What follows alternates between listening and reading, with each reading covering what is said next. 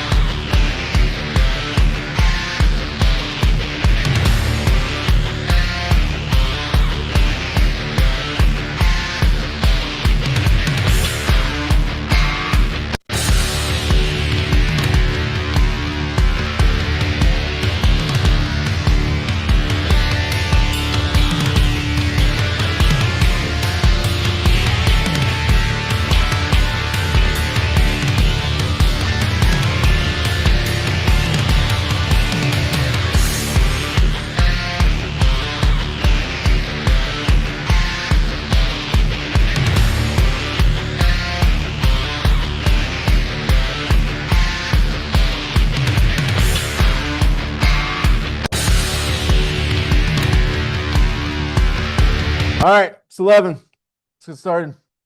Um, Father, thank you so much for bringing us together this morning. Pray that you would just continue to bless us with the things that we need for the remainder of the semester. Help us to stay focused, to manage our time appropriately, and to just get done with all the things that we need to get done. In your name we pray. Amen. Okay, so we're just gonna keep going. So we're gonna recap and we're gonna talk about friction today. Those are the two things that we're talking about. We're talking about a lot of different types of friction.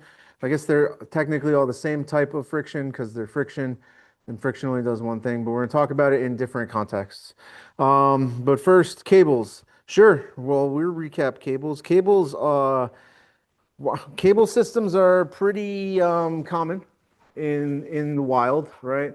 You see them in power lines, you see them in suspension bridges. We use cables to support structures that are very tall, like guy wires. If you're a fan of camping and being in the outdoors, right, you tend to use some sort of line or a cable to stake your tent down, right, uh, so that it is stabilized laterally, right? So it doesn't blow away. All those things. And so really what it comes down to with cables is cable problems. When we design them, we understand how they are going to be loaded, right? And we want to determine what the shape of the loading is, right? Because we understand that if I have a cable and I pull down on it at different points, that's going to change the shape or the bend in the cable, right? That's what it's going to do. And we want to know how much is it going to bend, right? And again, statics being just the fact that we're going to do the math and not talk really about the context of why we care about that. It's because we don't want to break it. For example, back in the day, before people had clothes dryers, they used to have to hang their clothes outside on a line, right? Just let them dry in the sun. Okay, that's great. But if you have little kids who like to climb on things, um, sometimes your clothesline breaks because somebody hangs off of it when they're not supposed to, right? Had you anticipated that loading, you probably could have made it out of high tension cable, right? Like on a suspension bridge, and then that kid wouldn't have broken your clothesline. It also would have cost thousands of times more than the piece of rope that you strung up between two trees.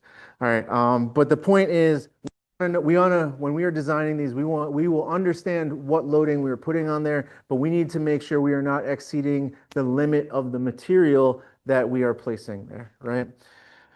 Graphing.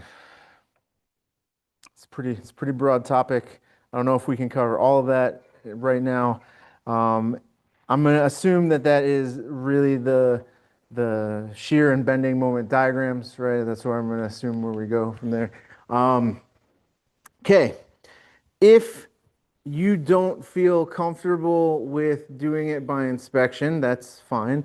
Do the cuts. Cuts will always work, right? Cuts will always work. Making free diagrams of sections of the beam will always work for you 100% of the time. You don't need to feel like you have to do it by inspection. I've shown you that it's faster. I'm also going to show you an example in a second where you're going to think that you can do it correctly by inspection, but you can't. And you need to do it, you need to double check it, right? Because what's going to happen is if you do this next one by inspection, you're going to end up with a moment that doesn't make any sense, okay? And hopefully you would have noticed that and you would then say, okay, let me check this with a cut to make sure that I am doing this correctly. Anyway, the important thing about doing this is whether you're doing cuts or you are doing the inspection method using the relationships, taking the integral of the area under the curve of your shear and applying that as your moment, right? Whether you're doing those things, you need just give yourself enough room to graph it and line it up with your free body diagram. Those are my big tips, okay? Remember, there's a couple of things that we do know, right? First is that shear will not change unless we actively touch the beam, right? Internal forces will not change unless we actively apply a force to the beam, right? So keep that in mind. So in between loadings, if there's no load on the beam, your shear has to remain constant at whatever it was. Distributed loadings are change your shear consistently over the course of that loading, right? So if you have a rectangular distributed load, that is a line with a constant slope, right? It's a constant. It's three kilonewton per meter, right? That's just hangs at three. Um, how much force do you get? Well, you get 3 kilonewton every meter. So if it's a half of a meter wide, you get 1.5 kilonewtons, right? Take the area under that curve to figure out the shear. If we have the moment for a constant, well, we talked about this last class. That's the integral, right? We take the integral of that curve. If I have a flat line or a constant and I take the integral of it, I get something times x, right? I get a line. I get a straight line, just a simple straight line with a slope of whatever that constant was, right? If I have a triangle, I already have a straight line. So if I integrate that, I get a parabola. If I have a parabola, if I integrate that, I'll get a third order. It doesn't have a fancy name that I'm aware of. It probably does. I apologize to all the math aficionados who know it that I don't, right? And so on and so forth, right? It's very unlikely that you will see a distributed load that is, it's very unlikely that you'll see a distributed load that is like a really weird shape, right? And that, I mean like a quartic or to the fourth power function or higher. You probably won't even see a third order function. I think parabola is probably where most people are like, all right, boy, what are we doing here? Now, not to say that you'll never ever see that, but most of the time, and we'll talk about this next week when we get into centroids, right? But when you have weird geometries, your gut instinct should be, let me break this into geometries that I know. Okay? Let me break this into things that I know. And so rectangles with triangles on top of them, all those fancy things, right? We do that. Okay. I lost the thread there, but you know, the important relationships to remember are that if we have shear doesn't change if we're not loading the beam. And our moment will always change in between loading conditions because we're getting further away from the load. So it's going to increase as we go further away from it, whether that's negative or positive, depends on the direction of the force, right? Okay. Um, the graphing of it, you just have to, if you're struggling with how to plot them, come see me. I've got time after class today. I won't be on campus tomorrow, but I will be available through video chat. So message me, get my attention, let me know. We'll practice. We can talk about what specifically is causing you issue on this. Cables with concentrated loads, for sure. That's gross, 100%. I'm going to be very honest with you, as per usual. Catenary cables, you will never deal with a catenary cable, ever. Hands down. I'm not going to ask you to do catenary cable problems. I'm not. And the reason is because in the real world, as mechanical engineers, as biomedical engineers, as electrical engineers, which I think encapsulates 99% of the folks that we have in this room right now, you will not deal with catenary cables. That is a civil engineering problem. That is not like, so if you're a mechanical engineer and you have a catenary cable, I would argue that you don't need that cable. Right? If you have a cable that's just hanging out there under its own weight, why? What purpose does it serve? Right? Why do we use catenary cables? I told you guys, power lines, right? And sometimes for disaster mitigation. And so you might see a catenary cable hanging between two buildings, right? Why? Because if they're really tall, maybe they get tethered together so that they can create some tension in there at some point, right? It's for worst case scenarios. They're not for design elements. Okay. Or sculpture. Maybe if you're an artist, you might use catenary cables. But there you go. Okay. Cables with concentrated loads.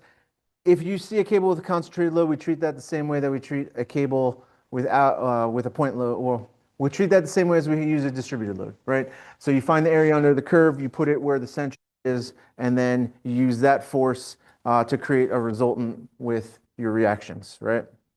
That's what we do. Right. Here's the problem. We're going to do this. And I apologize if it feels like we're moving fast, but we don't really have a choice at this point. We are in fast moving. We're going ludicrous speed now. All right, so very simple instructions. Draw the shear and bending moment diagram for this beam. I've already told you that probably you don't want to do this by inspection. There's two reasons why, and those two reasons are these arms. Okay, because we have to put that back. We have to put these reactions back on the beam, right? So let's start off with just getting the reactions, because since this is asking for shear and bending moment, we need the reactions of our system. So let's draw our FBD. It's got arms on it, so I'm going to have to do the long one.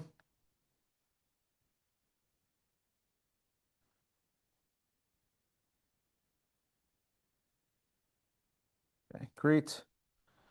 Side note on quizzes while we're doing this, I hope to have them all finished by Saturday at the latest.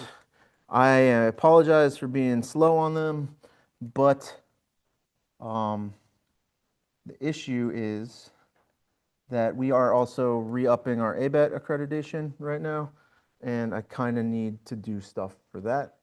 And so your quizzes are important to me, but not as important to me as maintaining ABET accreditation for our programs. So please bear with me in this time, in these trying times. Thank you. It's just, guys, it's just an error, but I appreciate it.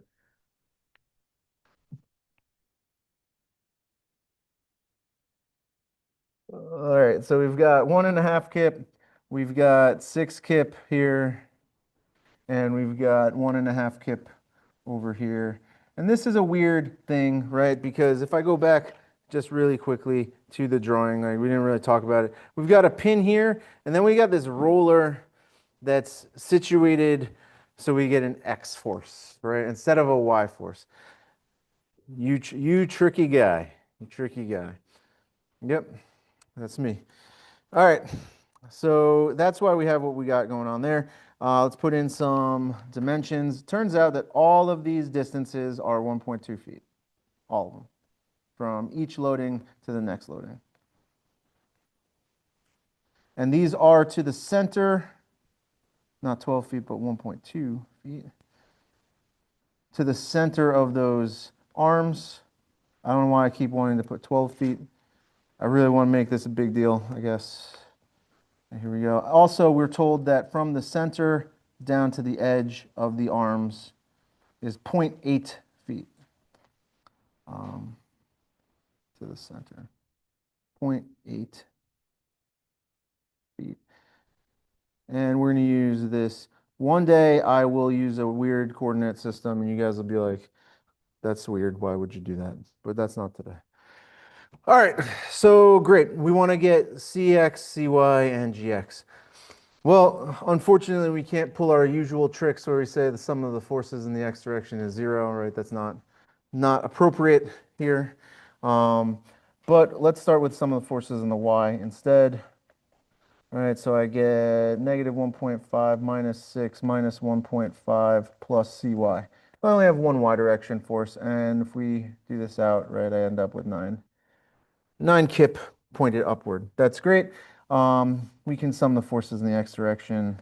This is just going to tell us that we get cx plus gx, or that, let's do it this way. We'll say that cx is negative gx. All right, cool. And then we need to sum a moment. I'm going to take the moment at C. You can take the moment at G if you want. Doesn't really matter. You can do it anywhere. You could take the moment at any arbitrary distance from any other place. Um, but I would like to cancel cy and cx, so that's what we're going to do. Looking at this, right, we got negative 1.5 times 1.2. Then we've got, oh, it's not negative, sorry, that's positive. Positive 1.5 minus 6 times 1.2, right, because it's going the other way, this way. Minus 1.5 times 3.6.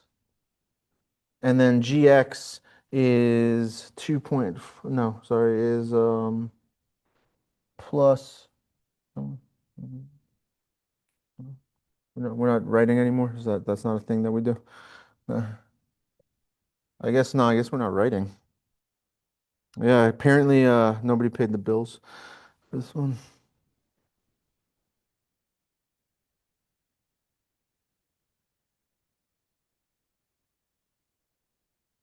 There we go. And gx is 1.6 from cx, from c. Remember, it's from c. We're doing this from c. Great. This one should pop right out, right? We do the math, we solve for gx. Turns out that gx is 5.4 kip feet. Okay, so now we just need, we use our equation up there and we can say that cx is equal to, oh, sorry, it shouldn't be kip feet. And, oh my gosh, sorry, I jumped ahead. It's 6.75. Yeah. Ugh.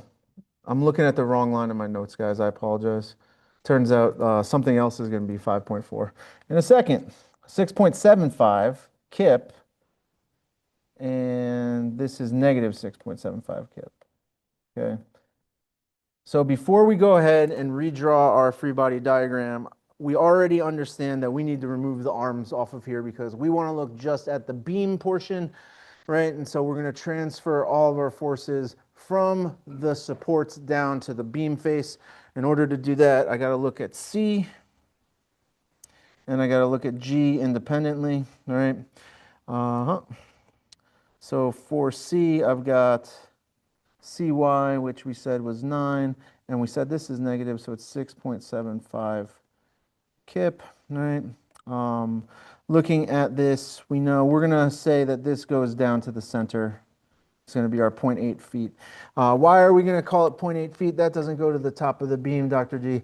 I'm not told what the thickness of this beam is, right?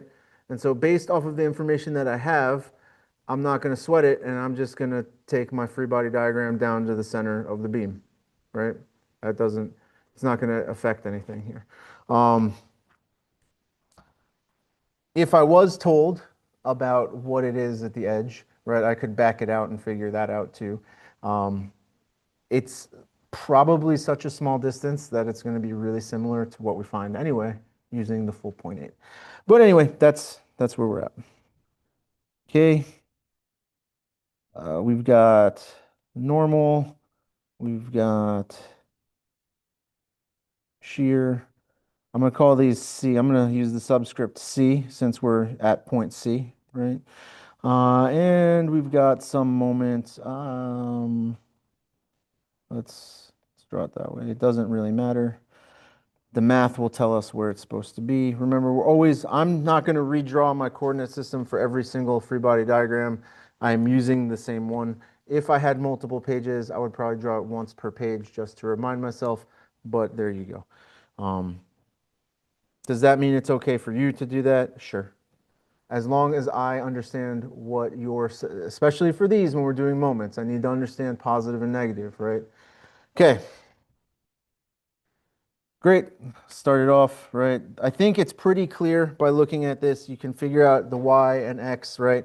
The normal force is just going to be the 9 kips, right? But we'll run through it. Sum of forces in the y direction is equal to 0 is 9 minus nc. Nc is equal to 9 kips. All right, that checks out. because when we flip it and put it back on, we should still be pulling up by 9 kips at that point. Sum of the forces in the x direction is equal to 0 is equal to negative 6.75 minus V2. So V2 is equal to negative 6.75 kip, which means our shear is actually in the other direction, which should also make sense since we're applying a force this way in order to keep it from moving, right? We should be equal and opposite down on the bottom. And then we'll sum the moment at C, and that's equal to 0. We're going to say, so if I sum the moment at C here, I've got what? Well, I've got this 9 goes away as that goes through the cut. VC and NC go away, so I really don't have to deal with the 6.75. That's going to create a positive moment. 6.75 times 0.8. Some of you might have guessed, but that equals 5.4. There you go. And that moment that we drew is negative, so that's negative MC. So MC is equal to 5.4 kip feet. And now that makes sense. It doesn't make sense to call a force in kip feet because that's not the correct units. And I would have taken off a lot of points on that for sure. I lost a lot of points to myself today. Okay. All right.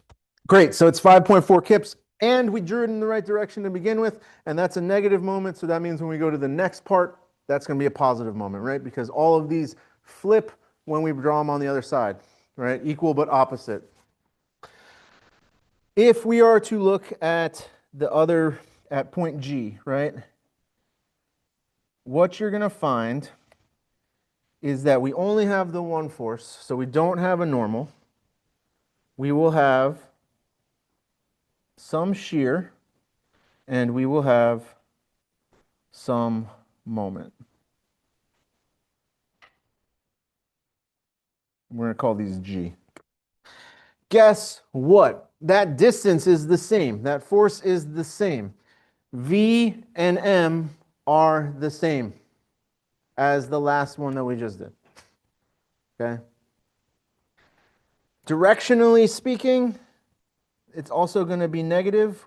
I'll just show you the moment really quick. I don't think that there's anything to be gained from doing the sum of the forces in the x direction. I drew this positive, or I drew this negative in this case, right? Negative mg. Gx will give me a positive. That's 6.75 times 0.8, right? Because that's the distance. Guess what? mg is equal to 5.4 kip feet. So these are both negative on this side, right? They're both negative on the arm, which means they're both going to be positive when we translate them up to the beam, right? Great. So here's an interesting thing. We have normal force, right? We have axial force now in this, and we haven't seen that before. How do I handle a normal force when I am talking about a shear and bending moment diagram? You ignore it because it's not a normal, a shear, and a bending moment diagram. It is a shear and a bending moment diagram. Okay, why don't we have to draw it? Well, what's going to happen here, right, is what you're going to see is that these two forces, if we were to solve for VG, it's the same magnitude, but the opposite direction from VC. So they're both going to be canceling each other out at some point. And so you're going to, sure, you can draw the normal force in the beam if you want, and you can be like, well, it goes up once the loading hits and it stays constant, and then it goes down. It's just going to look like a step function. You're going to have some axial loading. In practice, for beams, we are typically more concerned with what the issues are and bending, right? We've gone over this. So, yes, solve for it. We will put it on our free body diagram. We're not going to do anything with it when it comes to plotting, okay? So we came up with some good stuff. Let's regroup everything up here. Well, you know what? I'm not going to regroup everything. I'm just going to redraw the free body diagram now. Any questions on this before I fully transition to something else now? Are you guys okay with what we just did? Does that make sense? If you were to see this on like a homework or a quiz, would you feel comfortable in attacking something like this? Do you feel prepared? If you were to see this in real life and somebody came up and said, I've stolen your family and I need you to solve this beam and draw the shear and bending moment, would you be able to do it? I mean, that's the highest, kind of stuff happens all the time.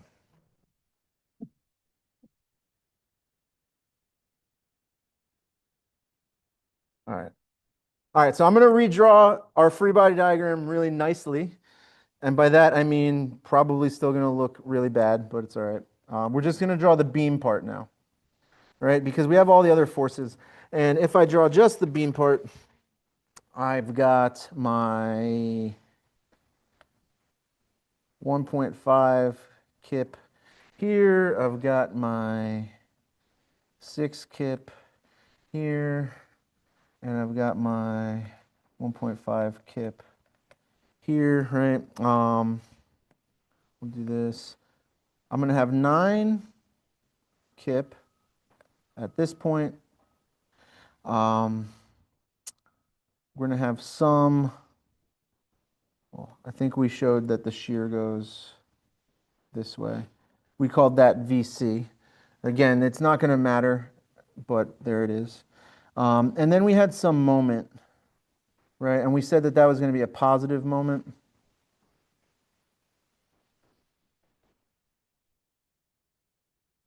So I'll draw my moment right here. And that was 5.4 kip feet. Okay.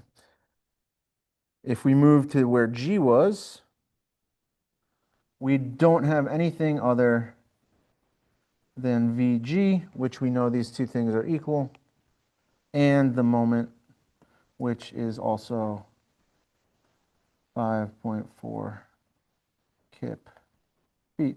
And I think once we get these distances on here, we are good.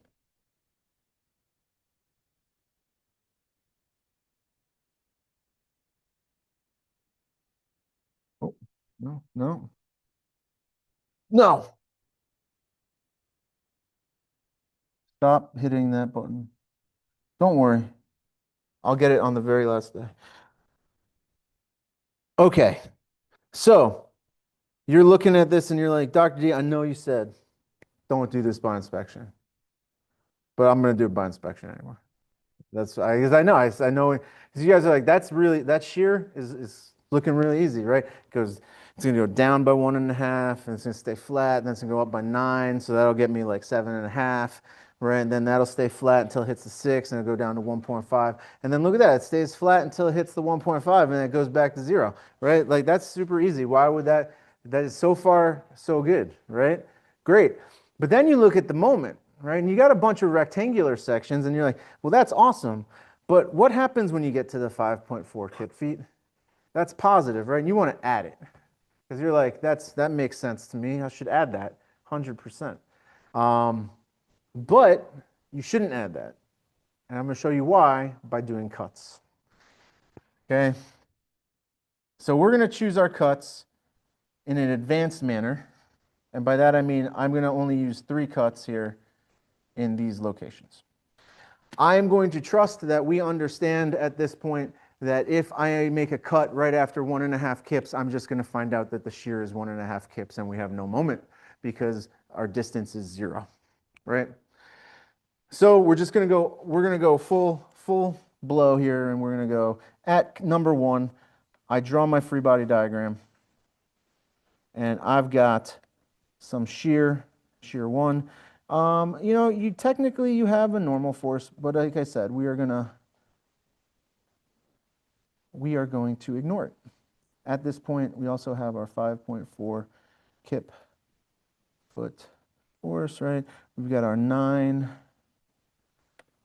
kips here, and we've got our 1.5 kips down, and this whole thing is 1.2 feet from end to end. Perfect. Okay. So sum the forces in the y direction to get the shear, right? And this is going to be, you guys are going to be like, I told you, Dr. D, it's not that big of a deal. I don't know why you're being such a jerk about this. Just let us do it by inspection. Look, you're adults and you can do what you want. But as another adult, I feel that I have a responsibility that if you're walking into a burning building, that I let you know. Okay?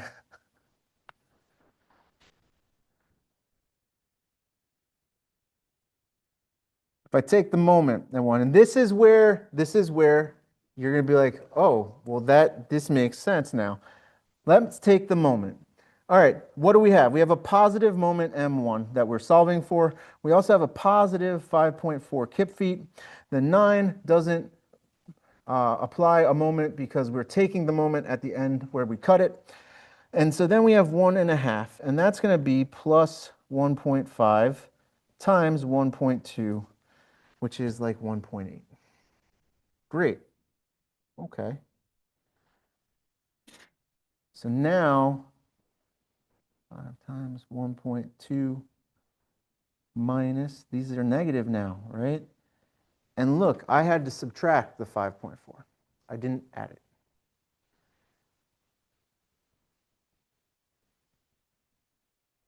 If you had done this by inspection, you would have been off by 5.4 at that point. Well, more than that, by 10.8.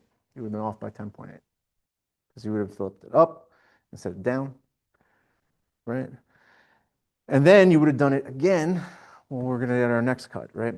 So anyway, what does that give us? That should give us 1.8 minus 5.4, so 7.2. This is a negative 7.2 kip foot moment. Keep that one up here. Moment 1 is equal to negative 7.2 kip feet. What happens if I shift cut number 1 to right in front of the 9 kips? How does that affect my moment at that point? I add the 5.4. If the 5.4 is not on there, then we just end up with the negative 1.8, right? And we'll go through it in a second, show you the whole thing when we draw it, but we're just going to worry about this for right now. If we do the cut at 2, what we're going to see is that our moment kind of progresses the way that we would think that it does, right? So does our shear. So now we're at this thing here where we've got a 2.4 foot beam, right? And I've got some moment M2. Over here, I've got my 5.4 kip feet. Right, I've got my 9 kips here, and I've got my 1.5 kip here, and I've got my 6 kip here. We're in business, right? I forgot the shear there, V2. Do the same thing, rinse and repeat, right? Shear is going to do what we had expected it to do, right? We get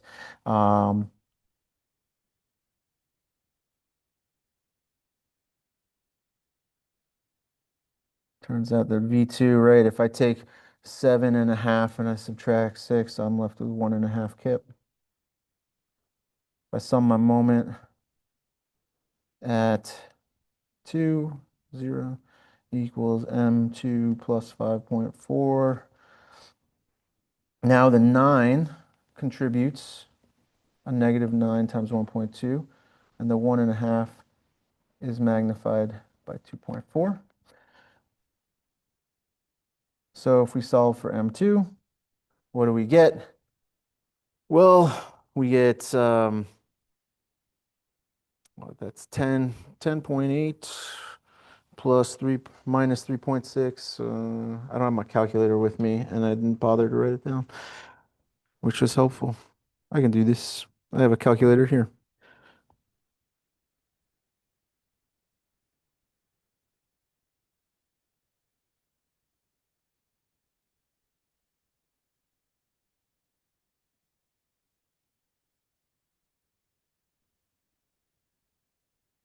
Yep. Positive, right? Interesting. Remember, I'm just using this to keep track of my moment now. The shear is not what's gonna, shear's not gonna eat our lunch. The moment diagram is what's gonna eat our lunch here. So for the third one, right, rinse and repeat. You can use the right-hand side, you can use the left-hand side, you can do what you like with it. I'm gonna use the right-hand side and just keep extending what we did, right?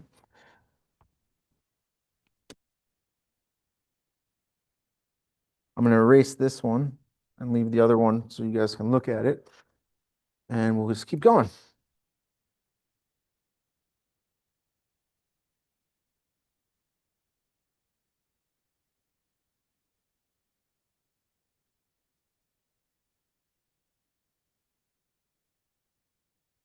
Right? And at this point, there's no other force that's being applied. But I'll draw my moments first.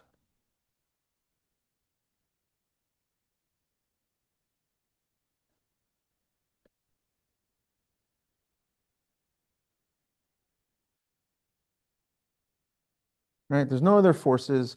That's all we have. If we were to draw our shear, or I'm sorry, our normal force, our axial force right there, you would, this is the point where you would see that it cancels out. It's no longer VC, it would be VC minus VG, and that would equal 0.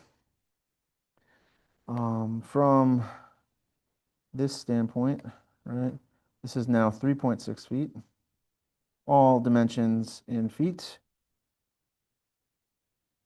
We have some moment that we are cleverly calling M3 and some shear that we are also going to cleverly call V3.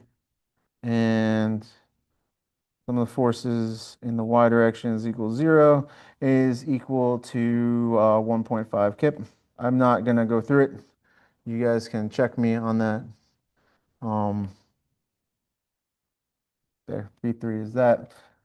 Sum of the moment at point 3 is 0 is equal to M3 plus 10.8. I'm just going to add the 5.4 and the 5.4. They're both positive, right? They're right there. Plus 6 times 1.2 minus 9 times 2.4 plus 1.5 times 3.6. So the moment at point A should be 10.8.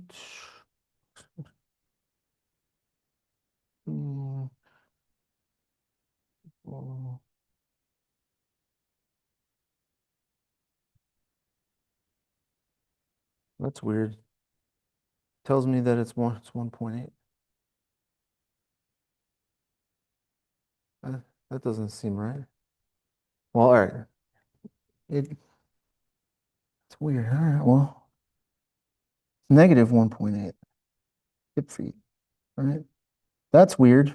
That weird, as my kid would say, my oldest one. What happens if we move this slightly before this, like right around here? Like, what if this was 3? Well, then it would be that minus that.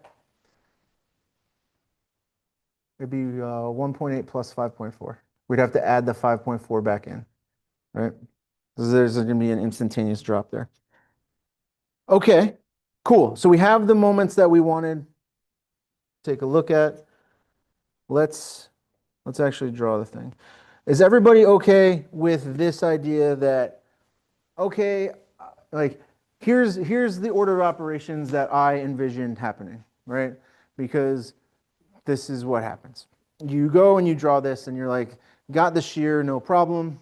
You go to the moment and then you start doing it and then you look at it and you're like, that is a weird looking moment diagram and it doesn't track. Okay, what should I do? I guess I better go spot check those moments with some cuts. So do the cuts, right? Redraw the moment diagram. Let's draw it though. Any questions right now? Once, a twice. All right, sold. So, bless you. I'll do this slightly differently. I'll draw two different sets of axes here today because reasons. Because maybe that's confusing people when I draw just the one line. I don't know. So if I have shear, and that's going to be in KIP, right? Looking at this, right? I did the shear. You can do the shear by inspection, right? You'll get down to like 1.5, and that's going to be constant until, let me, every time there's a load on here, I'll draw my line just so I can kind of maintain the integrity of my sections. You don't have to draw a line. I just think that it's helpful. That's going to be constant until we get here. It's going to bump up by 9. Right now I'm pushing up with 9. Negative 1.5 plus 9, that's where we get our 7.5, right? So that's going to be somewhere over here. We'll mark it as 7.5. Stays constant until we get to our 6 kip. Our 6 kip will push that down to 1.5 because 7.5 minus 6 is 1.5. And then that stays constant until we get to the end of the beam where we have the final 1.5, and that makes it 0. Great. We're going to double check our moment calculations by calculating the area under the curve in the shear. All right, so we've got the first, all of these are rectangular portions, right? Everybody would agree with me on that, hopefully. Maybe. All right. So this is what I'm going to do.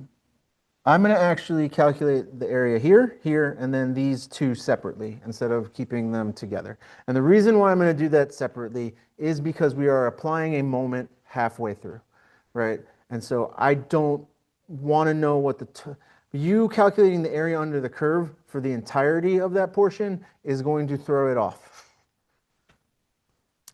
All right, negative 1.5 times 1.2, that should give me negative 1.8. And you know what, we'll use negative 1.8. 7.5 times 1.2, 9. And then 1.5 times 1.2, we already did. That's positive 1.8 and positive 1.8. Again, the reason that I'm breaking that into is because I need to handle the effect of the applied moment where it is applied. Okay? At point G. That's where we need to apply that. And so we want to break this up a little bit. Okay, so typically, if we were going to do the inspection version of this thing, right, we would say, okay, well, my moment starts at 0. All right.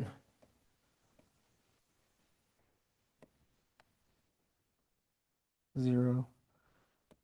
And my moment is in kip feet.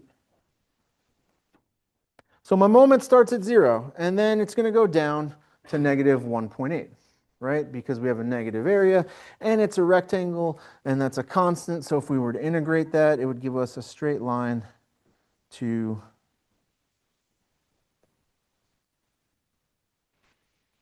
negative 1 point. Oh, I don't want to draw it there. I'm going to move it over here so I have some room. Negative 1.8. And if you were doing this by inspection, you would see, okay, I have that positive moment, right? And this is where I claim you would probably try to jump it up to here because it's a positive moment, so you would add it, which makes logical sense.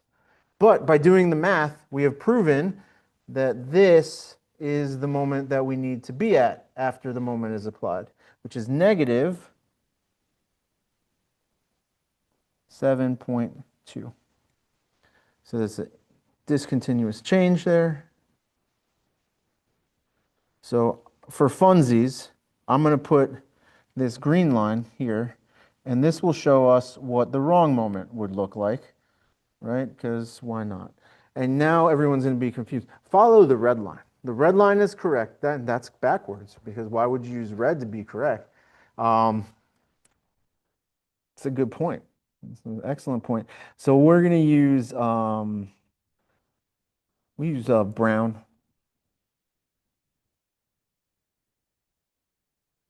Yeah, they do look very similar. We use this blue. There, perfect. Like nobody would ever know. Okay. Great. So then, all right, we've got 7.2. Now we don't have another applied moment. And the next 1.2 feet, we know we are going to add 9. Negative 7.2 plus 9 brings us all the way back up to 1.8, which is what we found. And we'll say that's about there. And we know that that's going to change linearly between those 2 points. And I'm going to, I mean, I feel pretty good about that straight line. If we had done this with the wrong one, we would be somewhere up here. Okay? It'd be the same slope, right? But anyway, it's not drawn great. That's fine. All right, cool. Now what? Well, now we have no applied moment for the next 1.2 feet. Goes up by 1.8. So this is going to bring us to 3.6. And we'll be back. But then we get the effect of M3. And that drops us to negative 1.8. Okay? If we had done this way, you'd be like here, and then you'd jump back up another 5.4. And then, just to conclude it, you're now somewhere up here because that's a 1.8 increase from the last one. And that doesn't go back to 0.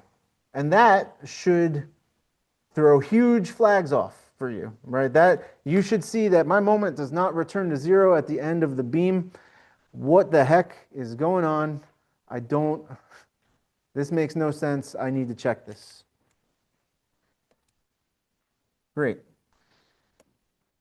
But if we're doing the normal thing, now we're at negative 1.8 and we're adding another 1.8. Here we are. 0. Done and done. Follow the red line. Okay. I think I made the point. In most cases, it doesn't take that much for us to do sections. Things with distributed loads all the way across, like the beam, that gets kind of annoying to do to section, right? That gets kind of annoying to section. But so again, you guys can do it however you like. But when you get loading that you don't feel comfortable with, I would always suggest doing it as cuts first. Okay. Always do it as cuts first if you're not really sure how it goes. And then you can use the inspection part to kind of sure up your stuff.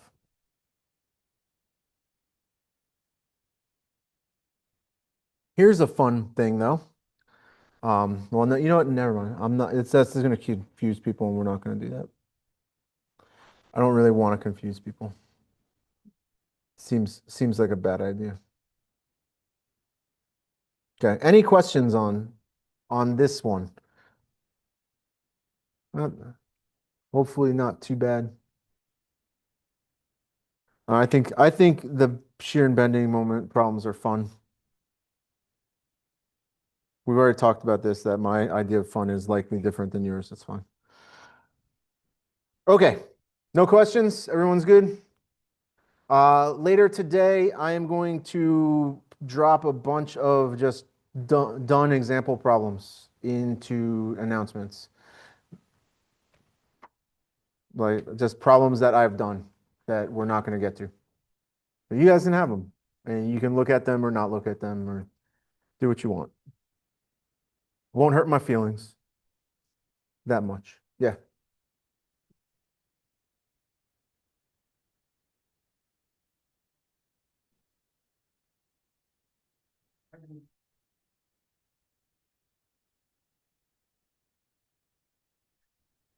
So if you're not doing the area under the curve, then we calculated what the shear was, right? And we calculated the moment. So you would have to calculate the moment before and after the applied moment. And you would do it before and after, and before and after, and you would just get data points and you would plot them. Mm-hmm. Anything else? No. Okay. Let's do one That is, we're not going to watch that right now. That's 6 minutes that I don't have to give you. All right, here's the cable problem. What's it asking us to do? Well, first of all, it tells us that we know the length DC is 4 meters, which is super nice of them. Um, because if we didn't know any of those distances, it might be kind of difficult to find any of them. Um, so we want the components of the reaction at E, and we want the maximum tension in the cable. Fun question for you guys. Where is the maximum tension in this cable?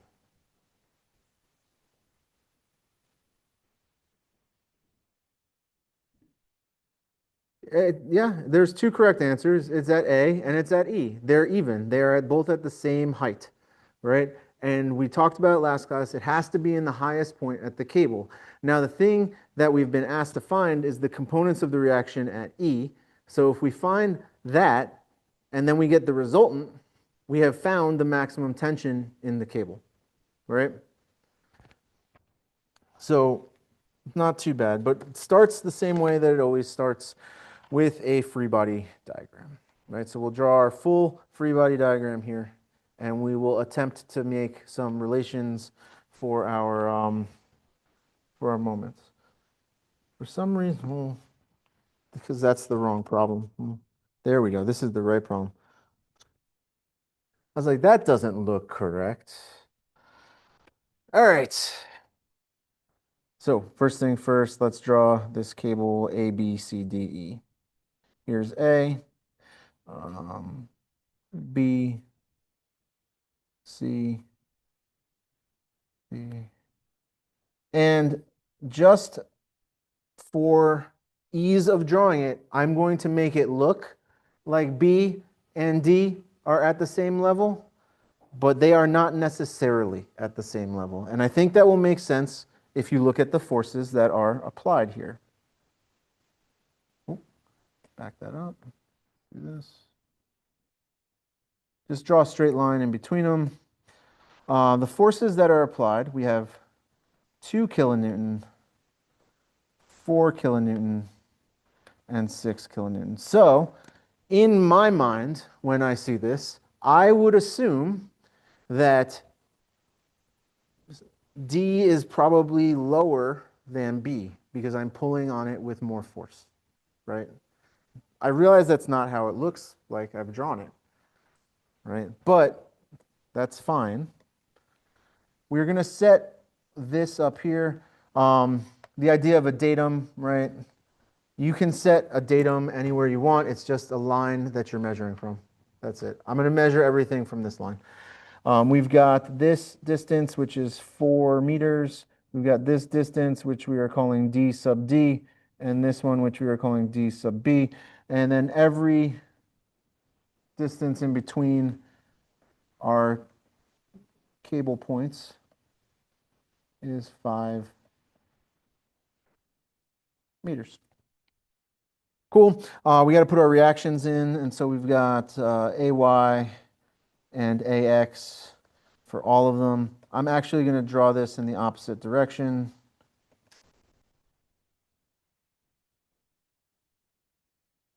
Because tension, right? So this is going to be AX is going to pull out, and AY is likely going to be down, I would guess. Oh no. It'll be up. Yeah. AY. I'm going to do the same thing. I'm going to have my X force be opposite on this one though, right? So it's going to be EY and EX, right? So we're pulling outward and up at those points, right? Outward and up. Okie dokie. So what do we do now? Well, last time we did one of these, it seemed like a real pain in the butt. You said it was a really basic problem, and I got really confused, so you're a liar, all that stuff. Okay, great. This one's different, right? Why? Because if we look at this directly, if I were to, I don't know, like sum the moment at A, I should be able to solve for one of my E reactions immediately, right? And so that's what I'm going to do, is I'm going to sum the moment at A. I was asked to find the reactions at E. I don't care really, about the reactions at A. AX, AY, and EX all go through A because of this lovely geometry. So now what? Okay, so EX is going to give us a negative moment, negative EX. How far away is that from A? That's 20 meters away. Right? Oh, sorry, EY, not EX. Like I said, EY. All right, all the other ones are also going to give us negative moments. All right, so negative 2 times 5 minus 4 times 10 minus 6 by 15. Solve this for EY, and as long as you don't fat finger it in your calculator, you should get 7 kilonewtons, and it agrees with the direction that we drew it in, and so it will be facing upward. Upward. Very good. Excellent. Halfway there, right? We're basically done with this problem. It's mm, maybe, maybe halfway there. Okay, so what should we do now? All right, what are things that I know? Now, all right, let's go back to this first. What was I asked to find? What was I asked to find? The maximum tension and the components at E. Was I asked to find the distances? D, B, and D, D? No. Was I asked to find the forces at A? No. If I just want to find the forces at E, can I do that without any of that other information? Remember, with cable problems, I can chunk this to whatever joint that I want, right? It's a method of sections problem, right? If I cut this at C over here, I can get a new free body diagram that looks like this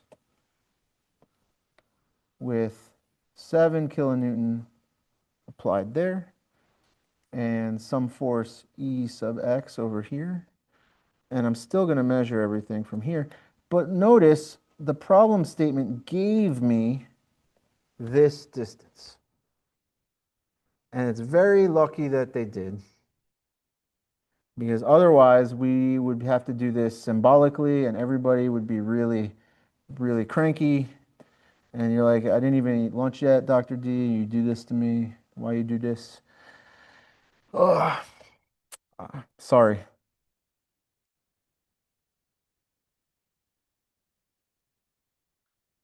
Okay. What if you don't know to cut that at C? Right? You're like, I've never done this before. What should I do? It's the only place that you know the distance. It's the only place that you know the distance. It's a good place to start, right? Now, given what we know, right, you can't really have a ton of unknowns, right? You can have 3 unknowns at any given point, right? And so if we really wanted to, right, we could have solved at D and found that distance D sub D, right? And then we would have had unknowns EX and the cable tension, right, and all that stuff. But we can solve right for EX right now if I take the moment at C, right? If I take the moment at C, the 4 kilonewtons goes away. The force between cable C and B goes away, right? Doesn't contribute a moment. Remember, these are all 5 meters from span to span, right? So we get negative 6 by 5 meters, right? That's going to give us a negative moment. We get a positive moment from the 7, and then a negative moment from EX. And now we just solve for EX.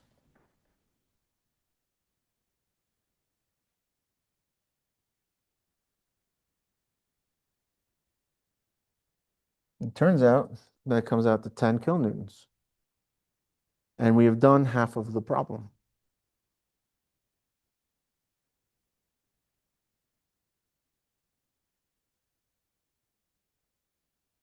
Now we want the maximum tension. Well, we already answered the question before we started the problem. Where do we expect the maximum tension to be? It's at either A or E, right?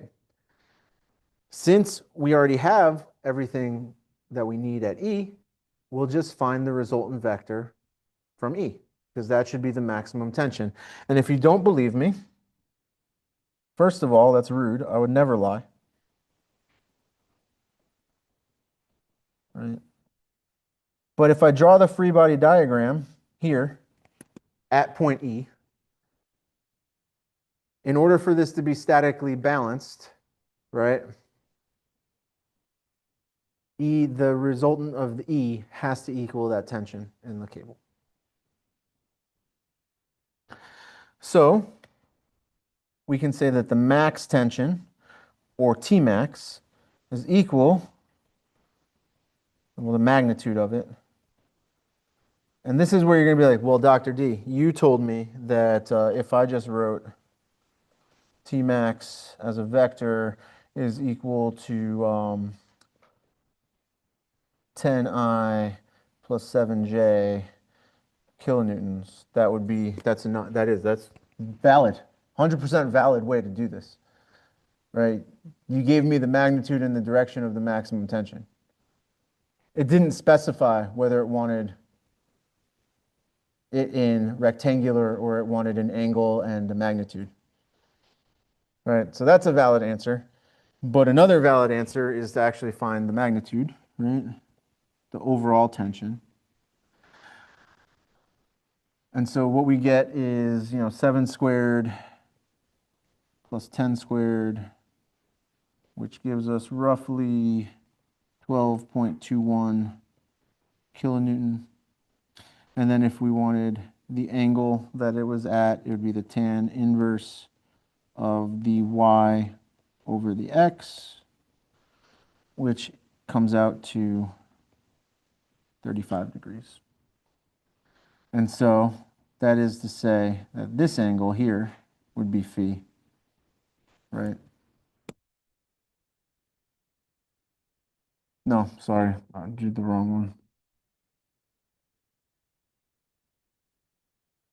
Off the horizontal. So the one off the horizontal.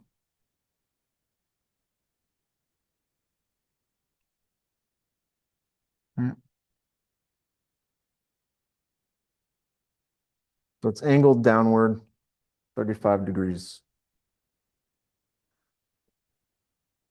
Could we check that by doing it at point A? Sure. Are we going to? No. Why are we not going to? It's going to take us a long time to do that. You would have to develop the whole rest of, like, I would have to do some of the forces in the X and the Y for the entire system, right? So I'd have to go back to this diagram. I mean, I guess it wouldn't take that long. You just need 2 more equations to do it. You don't have to like do the full on cuts and everything. You just go back to the full free body diagram up here, and you finish off your equilibrium analysis. I think what you will find is that AX and EX are equal, just based off of me looking at that and seeing no other X direction forces. And then you'll see that negative 12 plus 7 gives you negative 5, right? And so the AY direction stuff isn't equal. And it turns out that the maximum tension is at E and not at A. They are different. And that is because it is not symmetrically loaded. There's 6 kilonewtons to the right-hand side. So even though they're both at the peak point, because one side is loaded more, there's going to be more tension there. I think that makes sense, right? You have, and again, if you were to calculate those distances, I would guess that D sub D is probably going to be, is definitely larger than D sub B. I don't, just based on the bend in the cable, I don't know that it would be larger. I don't think it can be larger than 4 meters, right? But I would have to double check. But you're going to have a significant amount of distance there, right? It's going to be close to that 4 meters.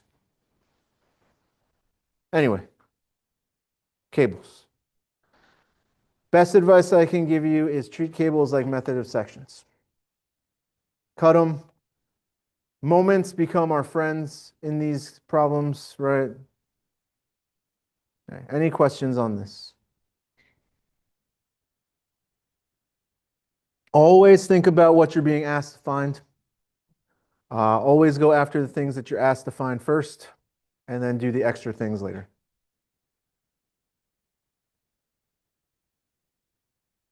Okay. Homework due tonight, presentation and paper on Sunday, homework due next week. Last day of class next week. Quizzes will be done sometime between tomorrow and Saturday. I will not be answering emails or working on Sunday since it's Father's Day, and that's my day. And it's a 1 day a year that I get to do what I want to do. Okay. But seriously, I mentioned when it was Mother's Day, at least call your dad and tell him hi that day. All right. Here's the Dr. Deism for the day. You have two speeds, stop and go, and your brakes are broken. Okay. We are at the point in the semester where you just need to put your foot on the gas and go as hard as possible. Because what happens when you are going super fast and you hit an obstacle? It crumbles in your path. Okay. Become the unstoppable juggernaut for the last week of the semester. Okay. Friction. So why is friction important? Lots of people dog on friction, right? We spend the first 2 years of college largely ignoring the fact that friction even exists, right? Neglect friction, neglect friction.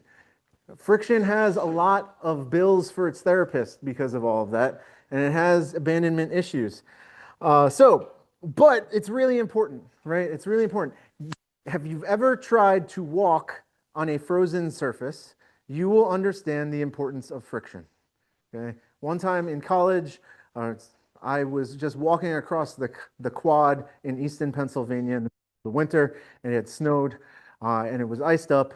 And I was just walking, minding my own business, going casually, pretty slowly in my snow boots, and all of a sudden, looked like I was in a Scooby-Doo episode. Straight up, landed right on my butt. All right, it's not fun. So I moved here, and I don't have to worry about that anymore. All right, braking in a car, a bicycle, right? That is all designed, those are friction brakes, right? There's a reason why you have to change your brake pads after a certain amount of time because you have worn them down, right? Applied force on bike tire pads, we need to understand how much force we need for braking. We need to understand what are the effects if I'm just going to roll to a stop, things like that. Friction is also important to understand. When will a thing actually start to move, right? There is a minimum amount of force that you need to apply to an object to actually get it to move, right? And that is that you need to overcome the maximum amount of friction that you have, right? Yeah, that's where we'll leave that. In the same way that there's a minimum amount of force that you need to pick something up off of the table, right? It would be just a little bit more than its weight, ideally.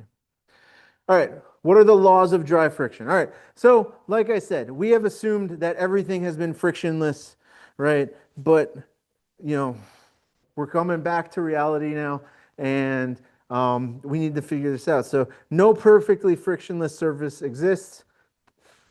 I mean, they claim that Teflon is, but I've got stuff that sticks to that pan. You can't. Maybe you need the fancy Gordon Ramsay ones. I don't know.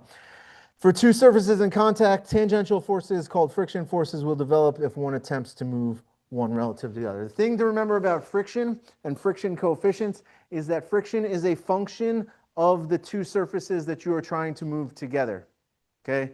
It is not a universal thing. It is very much dependent on the properties of those two surfaces. Okay? Very much so. There are two types of friction. We're dry friction, or sometimes fancy people call it Coulomb friction. And then there's fluid friction, right? So we typically call that viscosity. We're not going to talk a ton about viscosity. In this class, we're going to pretty much stick to dry friction, or what happens when you try to move something along a standard surface where there's no fluid in between. Right? All right. Cool. Friction is both problematic and useful. It's problematic because it wears down our systems, it generates heat, right? And it's an energy loss, right? It makes our systems less efficient. But it's useful because without friction, you would just slide everywhere, right? You wouldn't be able to drive a car, you wouldn't be able to walk around at all, right? Anyway. Friction is defined as the force of resistance acting on a body which prevents or resists slipping of the body relative to a second body. Okay, so what should the FBD, if we're using P here, I'm going to pull on this. I've got some crate, I got my rope, I'm going to pull. What should the free body diagram for this look like? Remove the floor and then what? We are not neglecting friction. I'm going to put that out there. There should be a friction force pointing opposite to my pulling, and there should be a normal force pushing up. And this is physics 1 type stuff, right? This is physics 1. They talk about this, and I'm sure you guys all did the experiment with somebody where you have the block on the inclined plane, and you keep raising the plane until it starts to slide so you can determine experimentally the coefficient of friction, right?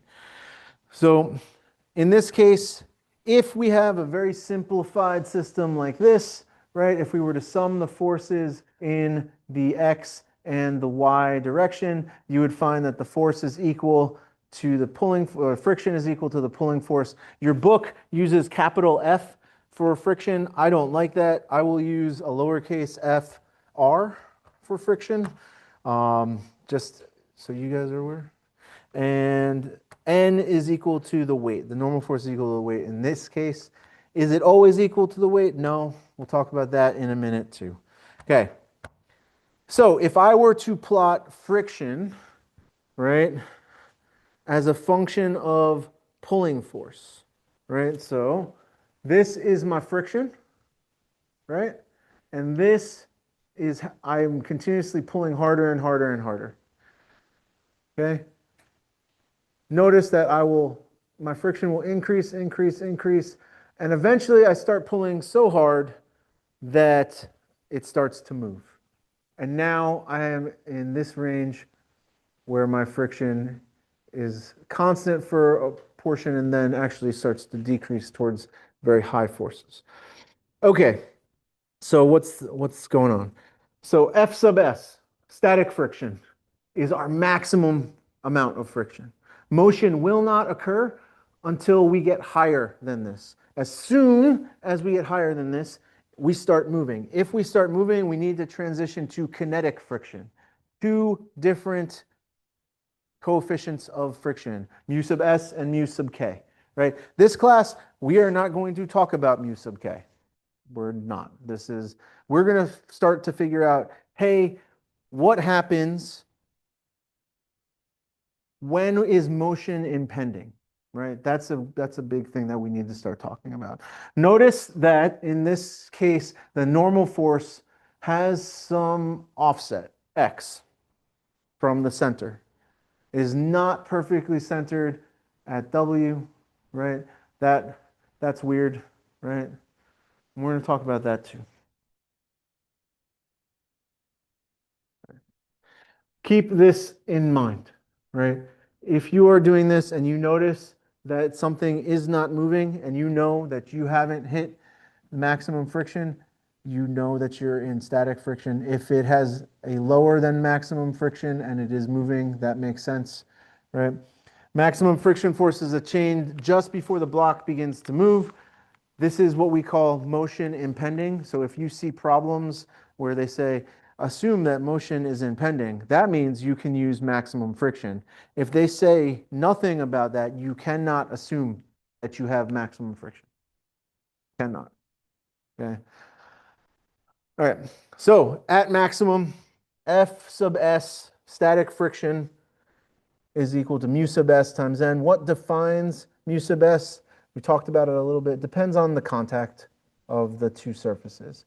So when I worked in accident reconstruction, I had a table on the bulletin board next to my desk that said, um, that basically had all the different friction factors for rubber with other road surfaces so that you could figure out. So I just would know. I'd look, hey, all right, cool. They were driving in gravel. That's what the coefficient of friction is between rubber and gravel, right? Um, there's a lot of studies that have been done on this, and you just typically will look these up in a table, right? A lot of these will give you specific values, right? But if you know that we've hit that peak and we have started to move, then you end up with this free body diagram down here, right? Which is you can kind of see the arrows. This is our no motion state, our friction impending, our motion impending, right? And this is our motion stage. During the motion stage, we need a different mu sub k. Mu sub k is typically, not always, but typically about 20% less than mu sub s.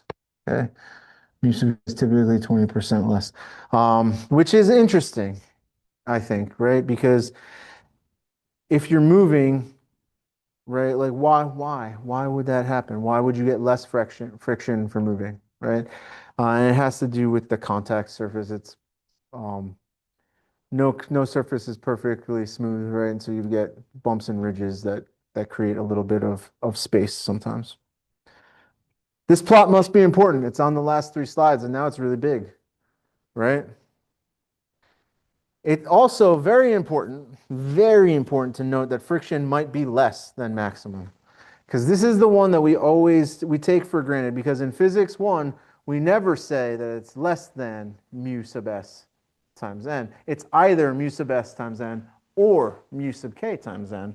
We don't really care about this 45-degree no motion portion of the curve, right? So just because an object's not moving, don't assume the friction is maximum.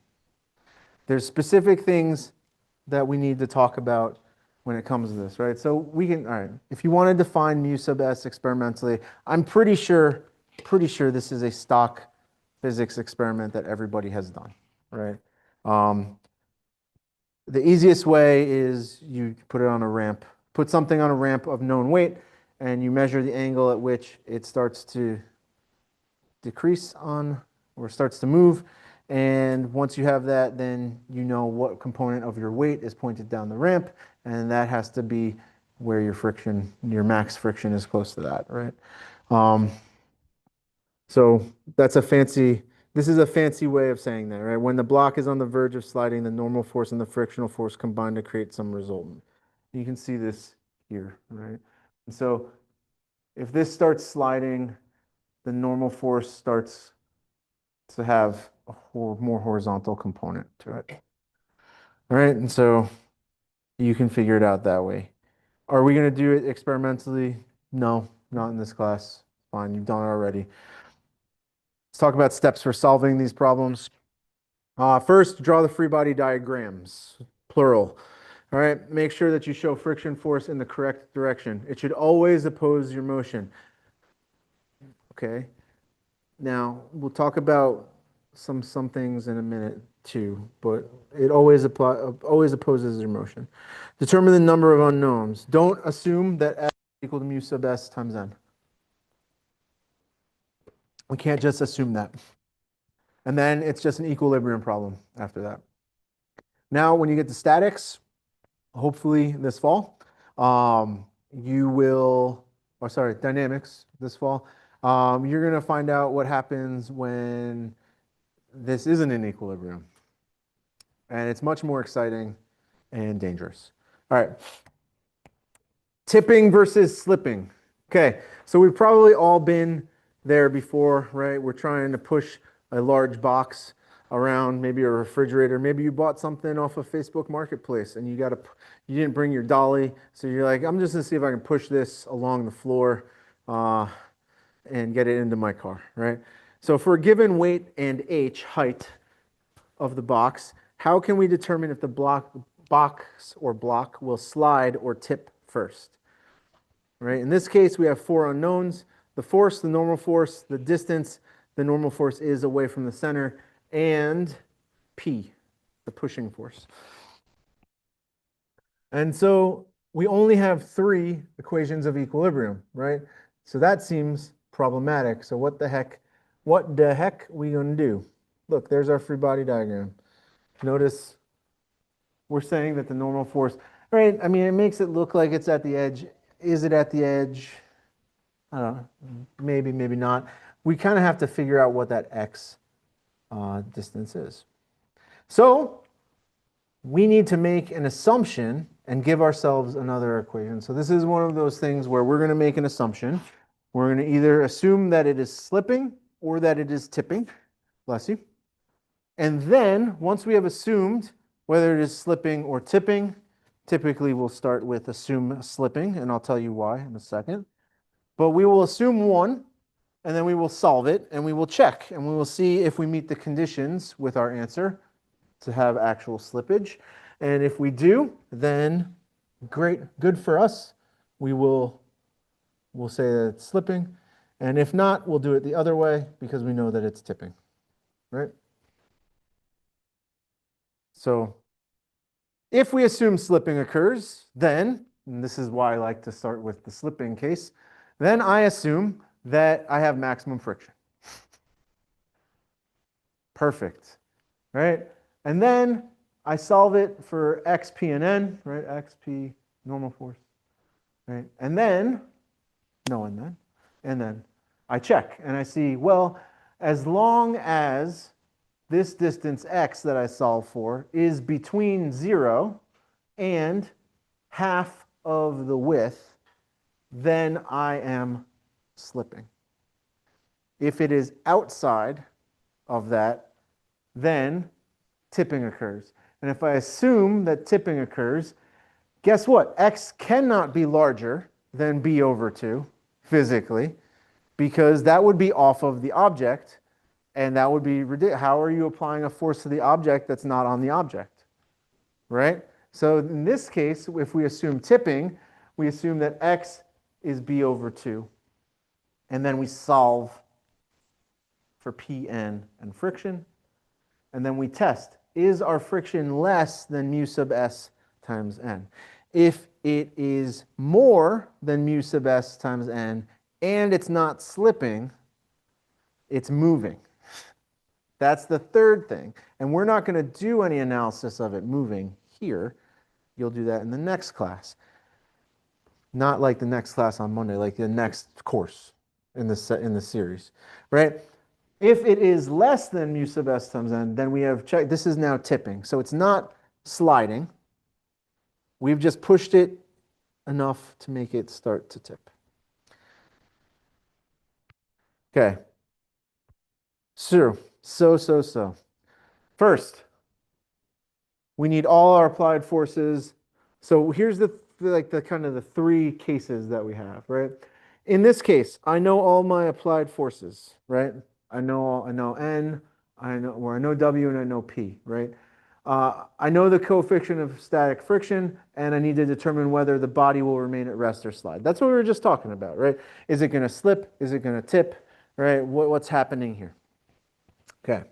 The next kind of subset is all of the applied forces are known. I am told specifically that motion is impending, so the slipping is occurring, right? And I want to determine the value of the coefficient of static friction. So I'm not told mu sub s, I want to find mu sub s. Okay. And then the last one, right? Coefficient of static friction is known, motion is impending. We need to determine the magnitude or the direction of one of the applied forces. So I know everything I need to know, right? But I need to figure out, all right, what's my pushing force in this case, if motion is impending. Notice that when motion's impending, remember we use maximum, otherwise we don't use maximum. Okay, let's try one. So I have this crate. It weighs 250 pounds. And there's a coefficient of static friction of 0.4 between the bottom of the crate and what appears to be some sort of sandy ground. And we are asked to find the maximum force P that can be applied without causing movement to the crate. Okay, so that's a nice way of asking us what's the maximum force that we can apply that assumes slipping or tipping, no motion, right? So those are, if we're not moving, it's either slipping or tipping, right? Okay. So what do we do? First, we need a free body diagram. Oh, just kidding. Forgot that I have to write things down. Here we go. Start with a free body diagram. And we need to make an assumption, right? So free body diagram and an assumption. We're going to assume that this is slipping to start with. So I'm going to draw a free body diagram for slipping. All right, so I have my box right there. Okay, that looks good. I've got some center of gravity. I want you to notice something here.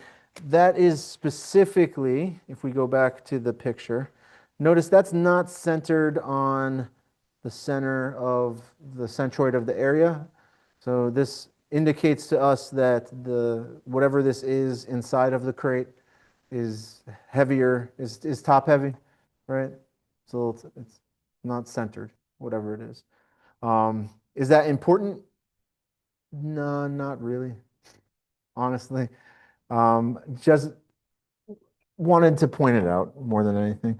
I'm going to call this point in the center at the bottom, point O.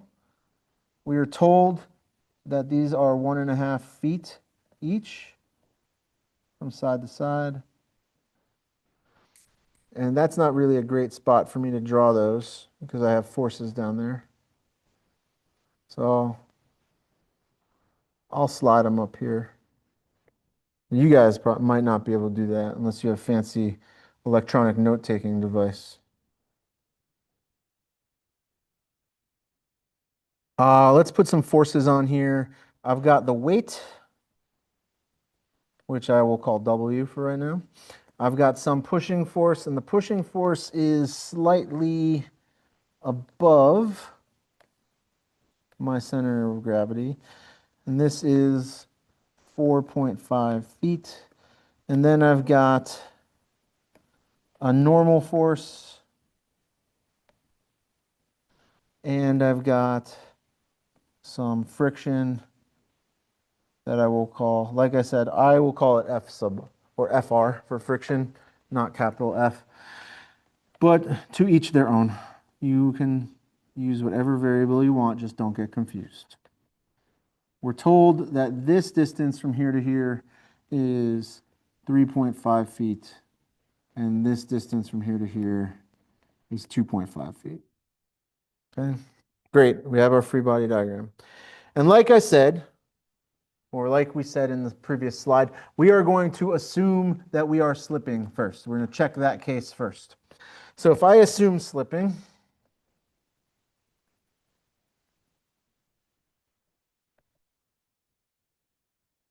that means, sorry, not capital F.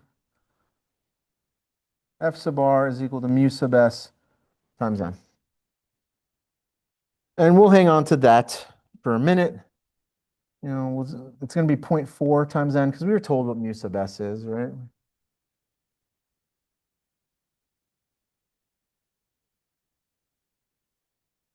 Okay.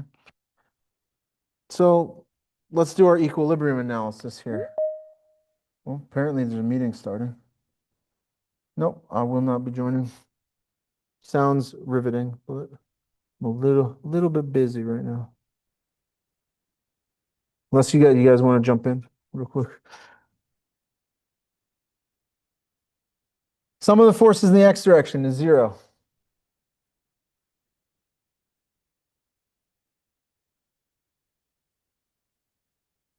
Okay. What forces do I have? Well, I have P minus friction. P is equal to friction in this case. This is very simple. It could be that we have multiple forces in the x direction and P does not always equal FR. Just follow the equations, right? Draw your free body diagram. Make sure you have all your forces listed. Again, N does not always equal W, but it does in this case. So that's great.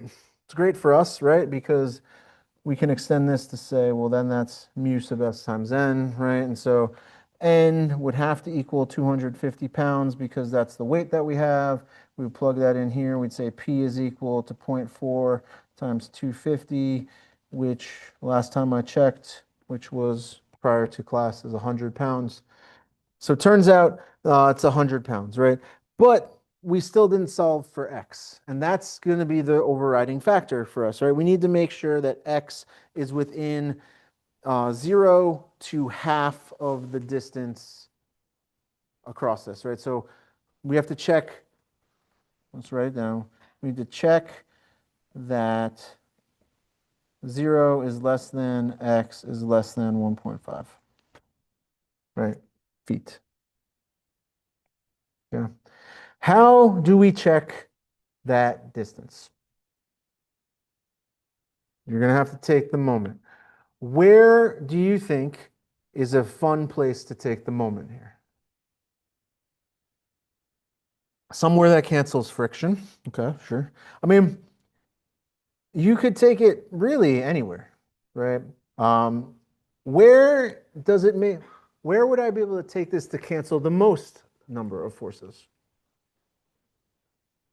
Yeah, probably 0.0, right? And that is for sure. Remember, Dr. D's rule, the Dr. D law of taking moments. Okay. Always take the moment where you will cancel the most number of forces. Always. Or don't, because you're an adult and you can do what you want. Seems to be the theme for today. If I sum the moments at 0.0 down here, friction goes through there and the weight goes through there. So I really only need to worry about this normal force and this pushing force. If I look at the pushing force, that's going to give me a negative moment. That's going to be P times 4.5 feet. If I look at the normal force from 0.0, that's going to give me a positive moment, N times some distance that we don't know, X. We plug in the things that we know, we solve for X. X then has to be equal to P times 4.5 divided by N, which gives us X is equal to 1.8 feet. And we look at that, and even if we forgot that that's outside of our range, we realize that that is a ridiculous answer that cannot happen because it is our normal force is no longer touching our object, and you can't have a normal force that doesn't touch something because that's the whole thing about the normal force is that it is the reaction to the ground and your object touching it, right?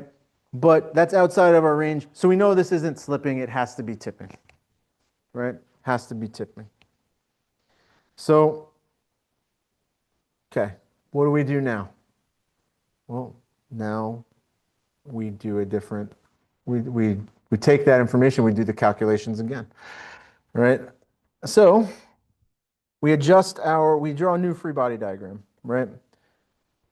In this case, it looks the same as our old free body diagram, except that because we know that it is tipping, our normal force now exists at the edge, all the way at the end, at 1.5.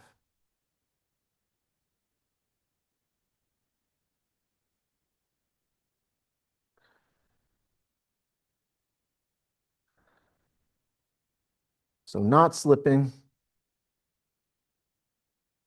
All of that was worthless, and you made me do all that for no reason. How dare you? Why wouldn't you have just assumed that it was tipping first? Guys, I don't know. What if we did the tipping first and then it wasn't tipping, it was slipping? I don't know. There's really no good way that I can tell you to for sure choose the right one. You're just gonna have to pick one. And if you have a method set up where you always try slipping first and then you go to tipping, that works. So if you guys want to do tipping first, you can do that too. It's fine. All right, so what do? We sum our forces in the x direction, set it equal to 0. And in that case, we see that P minus F sub r, right? So this gives us P is equal to F sub r. Now, in this case, it is no longer max friction, right? It's no longer max friction. And so we can't just assume that the friction is mu sub s times n. So it has to be its own thing. Sum the force in the y direction, 0, n minus w. Guess what? This is still n equals w. Great. We need another equation. We're going to use the moment again, right? Third equation. I will once again use the moment at O. Again, you can do it wherever you like, but that allows me to cancel friction, which is ideal because I don't know what the friction is, right? Now, I don't know what P is either, right? So I want to eliminate one or the other, right? Otherwise I have to do, substitution. And so either take the moment at O or take the moment that allows you to get rid of P and solve for F sub r directly, right? But in this case, we understand that if we solve for P, we get F sub r, right? Because of the statics of the situation. Anyway, this is going to be negative P times 4.5 plus 250 times 1.5, right? Because in this case, we know that's the assumption for tipping is that we're at the edge. I can solve for P. And if I solve for P, I will get 83.3 pounds. Okay. Now I need to do my check. Check that FR is less than or equal to, or sorry, not equal to, right? That would be impending motion. Check that mu sub s so n is, check that your friction is less than that, right? Okay, so what's 0.4 times 250?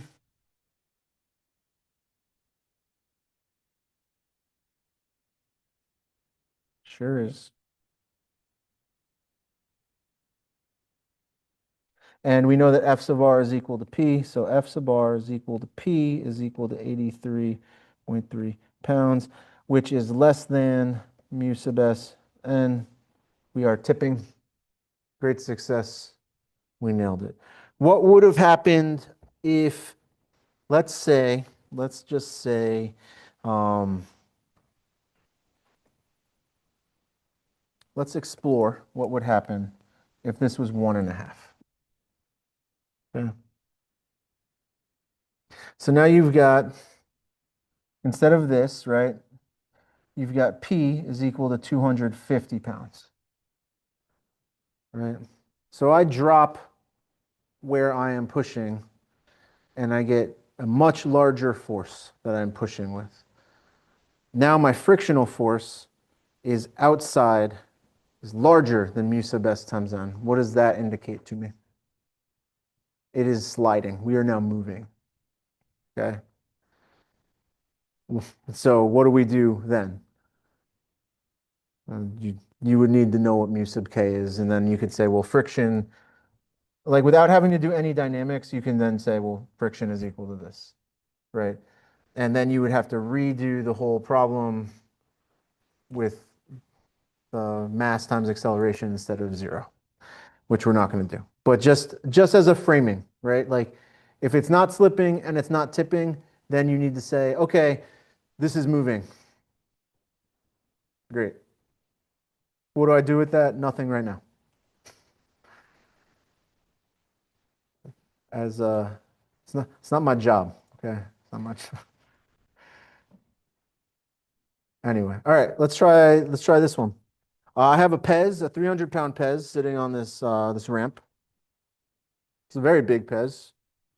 You guys should see the holder for this Pez. It's crazy big. I'm pushing this 300-pound Pez with 100 pounds of force.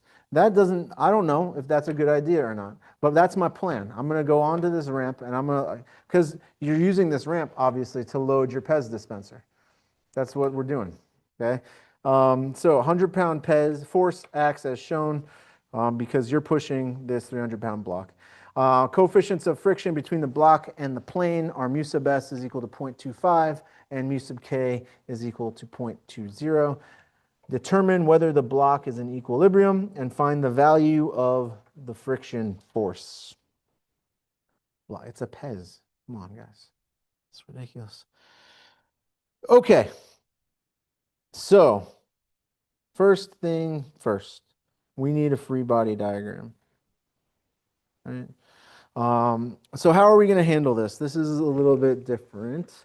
So just based on what we have, right? Just based on this, what we have, we're gonna do something a little bit different, right? Because we were asked to find the value of the friction force, we're just gonna go after it. We're gonna see what is the value of our friction force, right? We don't need to assume any slipping or tipping here, right? I mean, we're just gonna do the statics and see what happens. Okay. So let's go ahead and do that. Let us draw our free body diagram. You can draw this one of two ways, right? You can draw this one of two ways. You can either draw it like this, which is the way that I like to do it. Okay.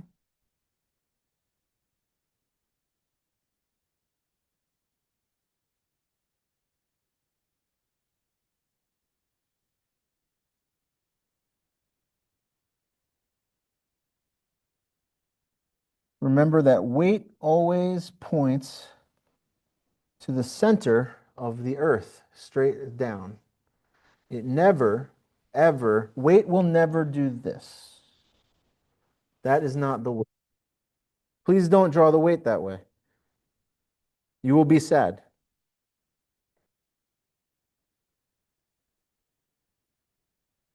And there's a normal force.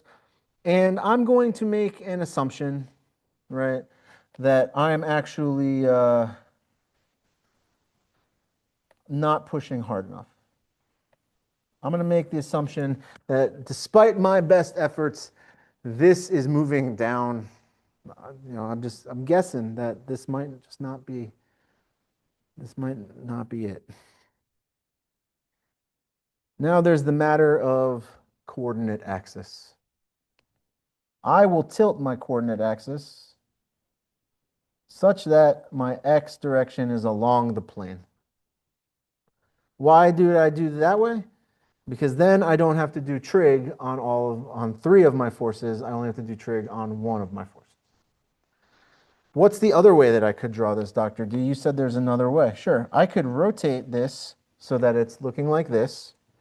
And in that case, now my weight is pointing this way. Well, you said that, yes, I did. So now if you're looking at the one on the left and you tilt your head, you get the one on the right. Okay. Is that okay? Can you do it that way? Yes, absolutely. It's the same thing. It's just how do you want to visualize it, right? Right. Right.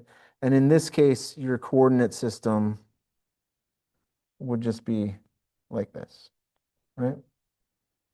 Anyway, I'm going to go with my first one. I like it better. What's the deal with this weight? Well, the weight has a 3 4 5 triangle, right?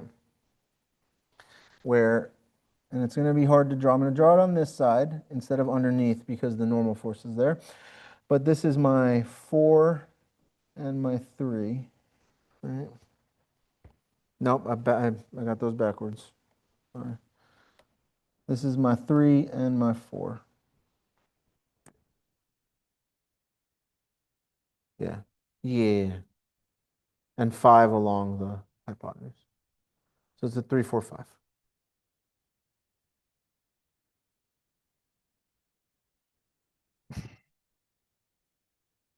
Okay. So far, so good, right? Maybe. Find out. Let's do this.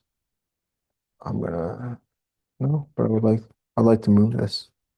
Bless you. We were not given any information about distances for this. No, we were not. We didn't give any information on that whatsoever. That's fine. We're assuming that this is the normal forces pointing in the center. We're not testing for slipping and tipping in this case, right? We're just trying to figure out what is the friction force. That's what we're trying to figure out. So if we do statics on this, because it is a statics class, I would say that the sum of the forces in the x direction is equal to 0. And my x direction would be 100 plus friction minus the x component of the weight.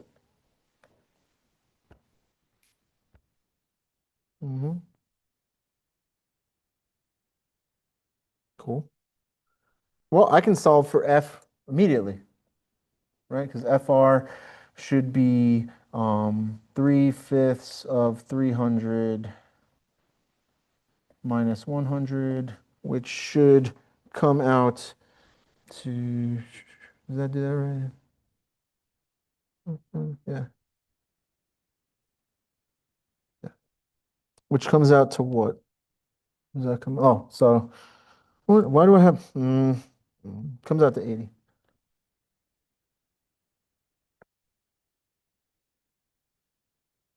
Okay. Comes out to 8. We're good. All right, cool. So friction, we chose it in the right direction. It's 80 pounds. Since we're here and we don't have anything else to do,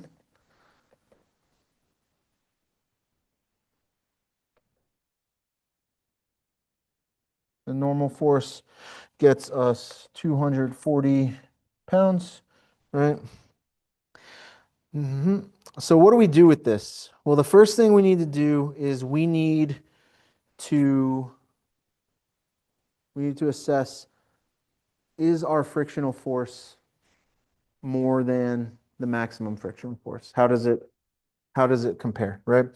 So is FR greater than F max? Okay. So F max would be equal to, for this problem, we have mu sub s is equal to 0.2540. And if we look at that, 0.25240 is 60 pounds.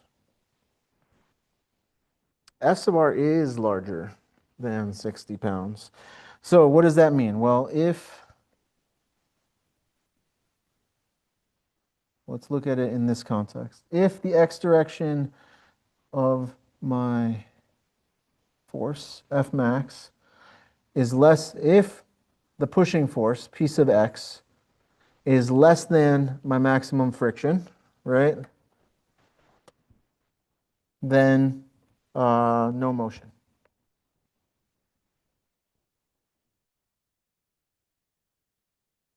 If the x direction component is equal to F max, then motion impending. So we're just on the verge of it. A strong breeze pushes us into motion, right? And if P sub x is greater than F max, then we have motion. So first of all, we see that our frictional force is larger than this, which should trigger some serious alarm bells in our head, right? But if we do another check, this 100 pounds is also larger than this 60 pounds, right? And so that means that we are not in equilibrium. This is actually in motion. And because of that, our frictional force is mu sub k times n, which is 0.2 times 240. And so FR is equal to 48 pounds.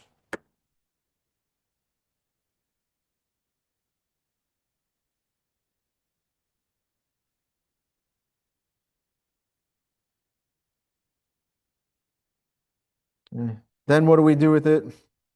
Nothing. Nothing. Nothing right now. Again, just different types of friction problems that you might see. There's a couple others. There's another thing that we're going to talk about. First of all, any questions on this? Because I gotta keep it tight today. Questions. This is this right here. If you don't have time to write this down right now, I would suggest going back to watch the video and writing this down right there. What? This right here. Okay. So I'm gonna make a TikTok where I just do that for the whole TikTok. That would require me to download TikTok. I once said that to some students, and one of the students in class was like, "Absolutely not. Do not go on TikTok." I was like, "All right, noted. Do not follow me on TikTok." Okay. Anyway, questions? Anybody? Anybody got anything? This is just more statics, right? It's just more statics, but we are actually checking conditions here, right? We're checking against things to make sure. So we know we can check for slipping, we can check for tipping, and if those two conditions aren't met, we can check for motion, right? Now, if you find out that one of these other conditions here was met, like let's say you have the no motion condition, then you have to go, you already know what friction is, right? And so we're good to go. All right, you know it's not tipping. You would have to go in and do the whole tipping thing to make sure it's not tipping, right? You'd have to do the moment to see where the N actually is. Okay, great. Next thing. Wedges and frictional forces on flat belts. So what happens if we have friction between two things that are not flat surfaces, right? Maybe we have a belt friction or we have wedges, right? Well, wedge is technically a flat surface. Simple machines. I've got simple machines that I have friction there. How do I do that, right? So wedges, you can use them for a bunch of different things, right? You can use them to stop stuff. You see it right there in the white circle. It's holding that in place. Pilots, or not pilots, but air ground traffic controllers at the airport put wedges underneath plane tires to make sure that they don't just start rolling, stuff like that, right? You can also use them as spacers, right? You can use them in multiple different ways. So when there are no applied forces on the wedge, will it stay in place, right? We want to know whether or not it's self-locking. And that's actually a property of how much friction it can apply, right? A wedge is a simple machine used to raise heavy loads. Force required to lift the block is significantly less than the weight of the block, and friction prevents wedges from sliding out. And in these problems, you want to find the minimum force P to raise a block, right? And so I'm placing some wedges in here, and I want to know how much force do I actually need to apply in order to raise this. Okay, so we've got a block as a free body diagram. So if we're going to do this problem, notice we have to have, since it's touching the wall, we have a normal force and a frictional force on the wall because we're sliding it up the wall, right? And we have a frictional force due to its contact with the wedge, right? And we have a normal force due to it touching the wedge, right? And so we could do our standard thing. And then we have the wedge itself as a free body diagram. So you have three different free body diagrams that you can run through here, right? Because you're going to have friction between the two wedges themselves. And then if you look at the third one, you're going to have some sort of, well, this one's stationary, so I wouldn't draw friction on the bottom one because it shouldn't be moving, right? You'll be able to, you kind of have to do these cascading, right? You got to start with where you have the most knowns and then solve up. If I solve for N2, I can put it in here. I can figure out what the friction is, right? And then I can do all of those things. Ugh. Threaded screws.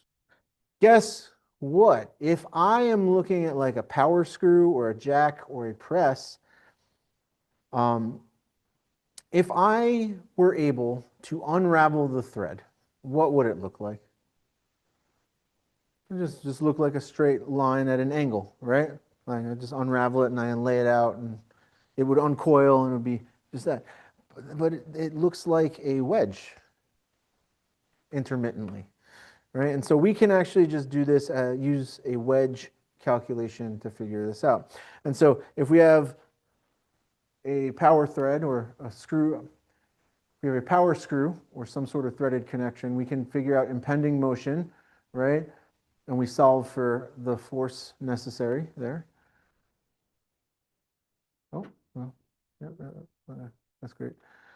If F sub s is less than lowercase q, right, then self-locking for q to lower the load, right? So if our frictional force is greater than this force q, right, then we have a self-locking screw, right? So again, if you have higher friction than the pushing force, then you should keep it in place, right? If it's less than that, it's not locking, and your screw will unscrew itself without you applying anything to it, which, if you have a car jack, is a big problem, right? So, yeah, especially that. Analysis of a wedge. So a wedge, we talked about the simple machine, right?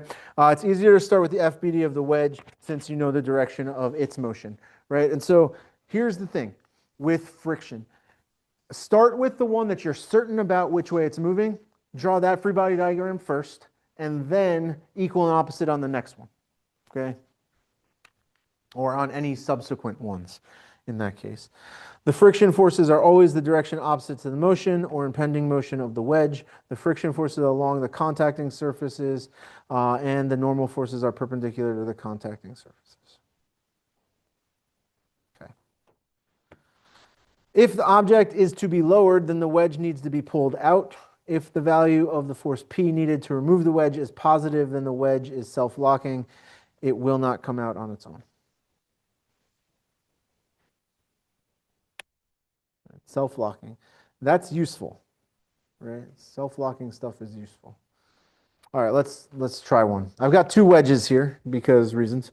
So I've got a 3,000-pound load that's just being applied to wedge B, because as you normally have just lying around.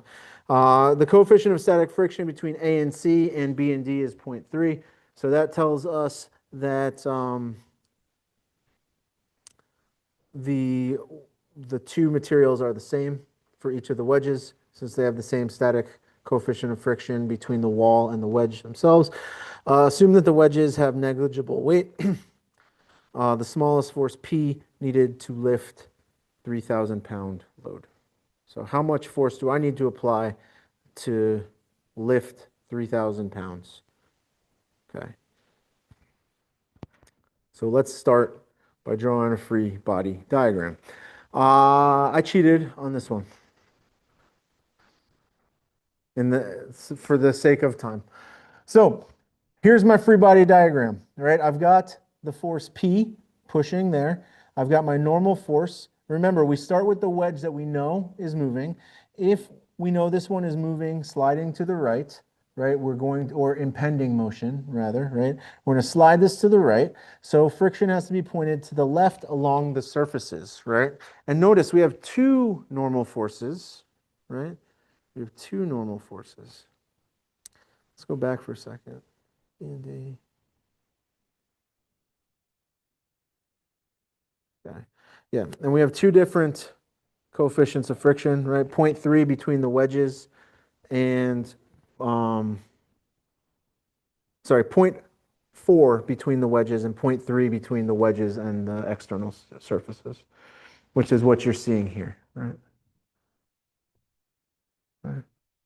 Notice we have assumed maximum friction is our F here, right? For these types of problems, we are not worried about slipping and tipping, right? We are going to figure out starting with maximum friction and see if that works for us, just like we did with the PEZ. Okay. So then we will draw our wedge B. And here's wedge B.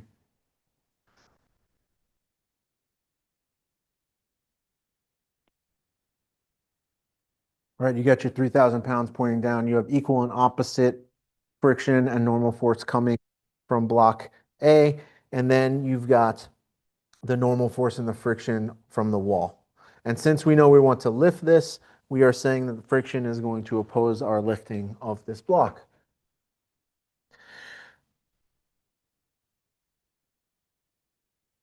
All right. So where do we want to start our analysis? Do we want to start with A or do we want to start with B? And it doesn't really matter at the end of the day. We're asked to find P. But my question to you really is, where do we know more things? Where do we have more knowns and fewer unknowns? Is it on wedge A or wedge B? It's wedge B, right? I know how much force is pushing down, right? And I should be able to do a typical static analysis on this. And notice, right, if I'm assuming that this is maximum friction, I've got only two unknowns, right? I've got ND and N. That's it, right? So if I solve sum of forces X, sum of forces Y, I should get both of those normal forces and both of those frictional forces, right? So let's start with B, right? If I start with B, I'll sum the forces in the X direction, right? So the normal is angled at 15 degrees. And honestly, I don't like the nomenclature the book uses. I would have called that normal A because it's coming from block A. But as long as you know, right, use your subscripts wisely, right? Because normal A or N and ND are not necessarily the same, right? So they shouldn't have the same variable name. So use your subscripts to denote that for yourself. All right, N times sine of 15 degrees plus 0.4 N cosine of 15 degrees, right? Because of the frictional force. Minus ND is equal to 0. Those are my X direction forces. Notice that in this case, we did not draw a coordinate system, but the coordinate system is very clearly, well, they put it in their equations here, positive right and positive up. So it's not angled along the wedge ramped surface, right? It's just a standard.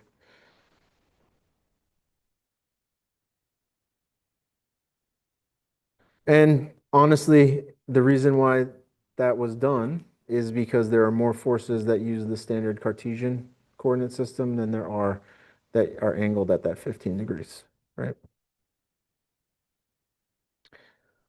Okay. We do the same thing, set up our equation of the y, right? N cosine 15 degrees minus 0.4 n sine 15 degrees minus 0.3 nd minus 3,000 is equal to 0, right? Two equations, two unknowns. We solve them, and we get that the normal force is 4,485 pounds from A to the block, to the wedge B, and that normal of D from the wall is 2,894 pounds.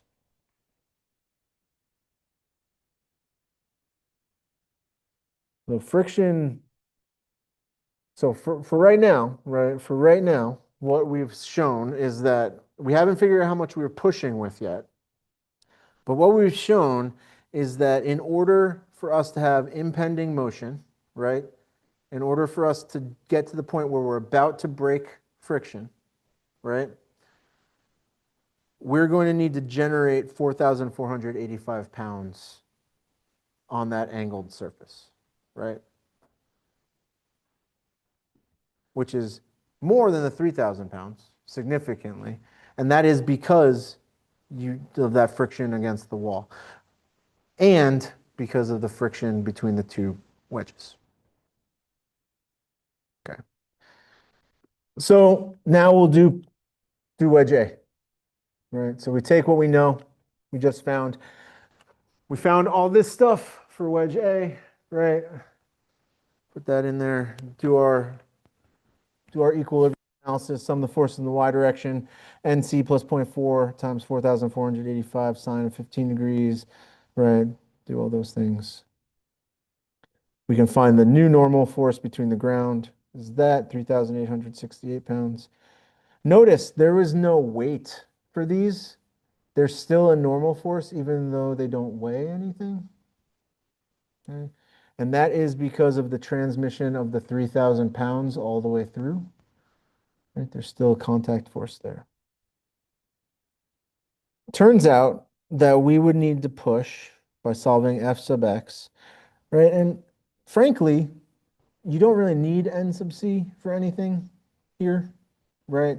That's just for completeness sake. Um, no, that's not true, right? You do need it. Yeah, never mind. There's an x component for it. My bad. All right, so P is equal to 4,054 pounds. So we need to push with 4,054 pounds.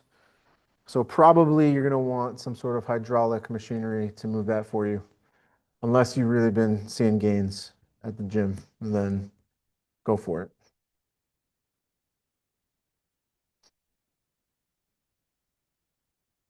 You're maxing that leg press and you're like, I got this. Let's go. Mhm.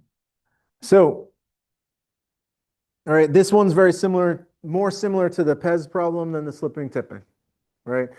This is the case where, hey, we want to find our pushing force, right? And so we assume the motion is impending. We're assuming the worst case force, right? Because what happens if we're moving, then we don't need to apply that force anymore, but you would probably continue to apply that amount of force anyway, right? Probably apply that amount of force anyway. Turns out that if you lift with more force than is necessary, it will go faster. It will lift faster. Okay. What about belt drives? That's a great question, right? Belt drives. Um, they look kind of like this, named so because they have, use a belt for them. Belt drives are commonly used for transmitting torque developed by a motor. So what happens if things are rotating, right? What happens if things are rotating? We talked about the escalator and making the escalator slip last week, right? We talked about pulleys before. And we're always saying that there's no friction in our pulleys, right? And we're about to change that, right? So what about journal bearings and axle friction, right? We can't really ignore that either, right? Journal bearings provide lateral support to rotating shafts. Thrust bearings provide axial support, frictional resistance of fully lubricated bearings. So this is more typically when we talk about um, axle friction, we're talking about more of a wet friction than a dry friction because these tend to be lubricated, and so there's some thin film around them.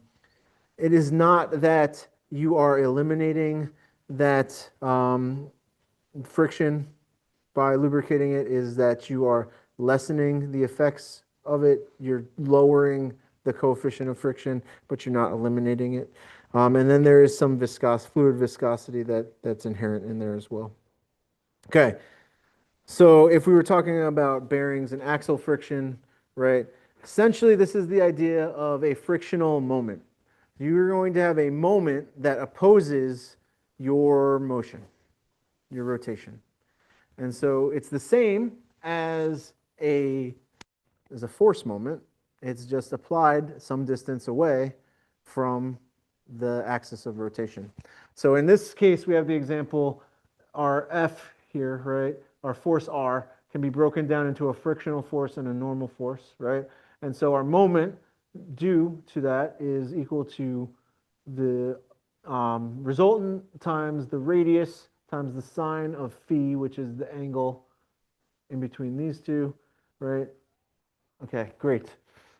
So we can treat bearing friction, bearing reaction as a force couple system, right? So instead of using this as a force, we just write it as a moment that is opposite to the direction of our rotation.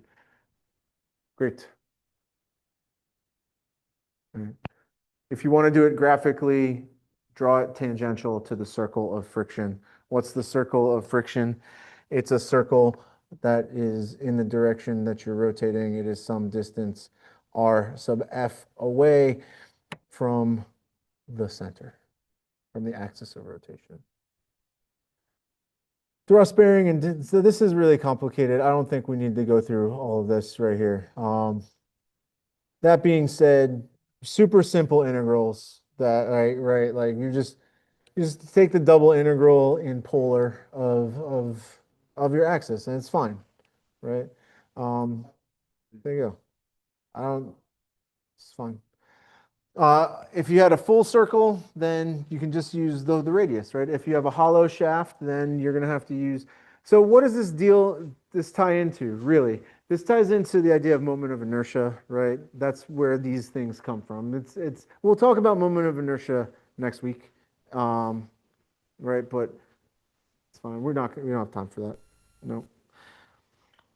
All right, what about wheel friction and rolling resistance, right? One of the big things that we are always told is, you should assume the no slip condition, right, for things that are rolling. All right, so if the point of a wheel is in contact with the ground and has no motion relative to respect to the ground, it ideally has no friction, right? So, okay. The moment M, due to frictional resistance of the axle bearing, requires a couple produced by equal and opposite P and F. Without friction at the rim, the wheel would slide. Okay, so if you don't have friction, then you start getting the sliding. What does sliding look like? Well, it looks like your wheel is just translating without rolling, and that's not good. It's not what it's designed to do. It puts undue forces on your axis, and it also is very scary because you lose control of the vehicle. So there's that. So in these cases, deformations of the wheel in the ground cause a resultant of ground reaction to be applied at point B, right? So your wheel is made of rubber and filled, or your tire is made of rubber. The wheel is not made of rubber, right? The tire is made of rubber and filled with air, okay? So it deforms, not when you push on it, but when your 4,000-pound car pushes on it, it deforms, right? And so that deformation causes us to not have a perfectly round surface, and we have this contact point we're calling point B that is some distance B away from the center line, right? That's required. So you have PR is equal to W weight times the distance B, right? And B is the coefficient of rolling resistance. Great. Okay. What's the real point of this? Okay. I want you to look at this. This wheel is going in this, well, depending on how it is spinning, right?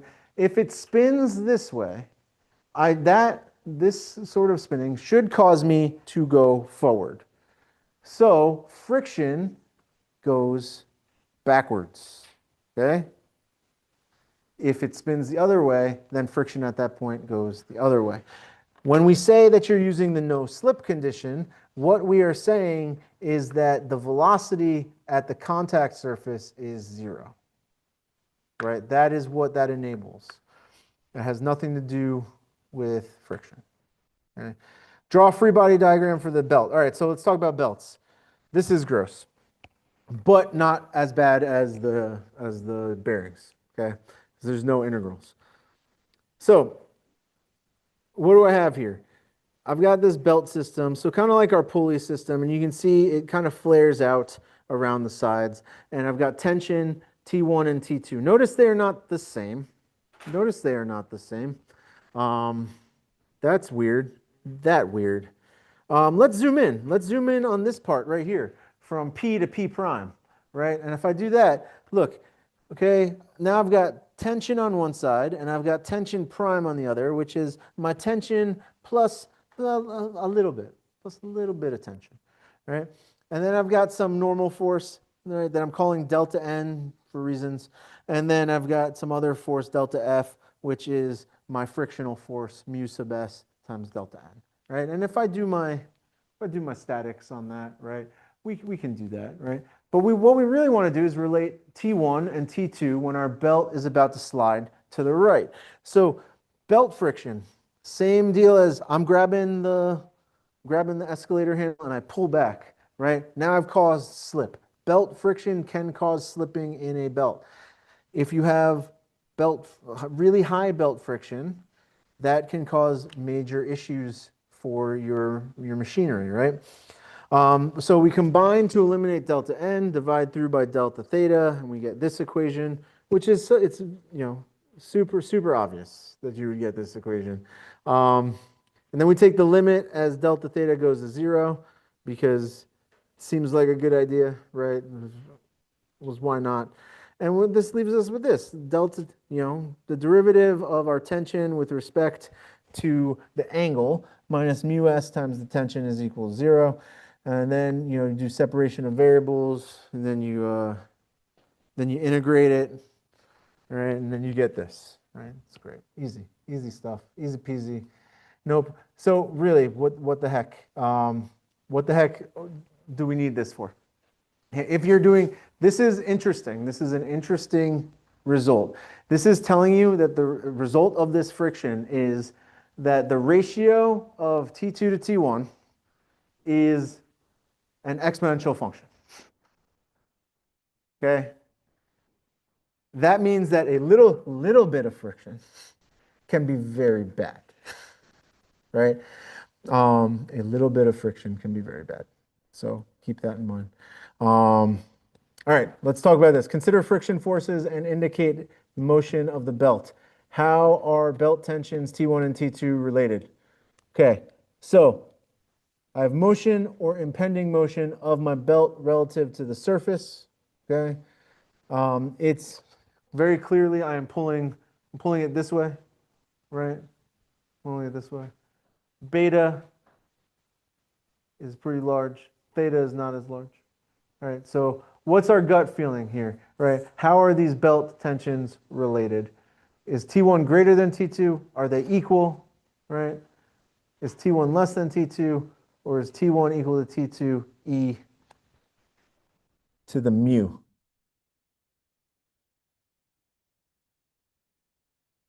I'll put that back up so you guys can see the equation again.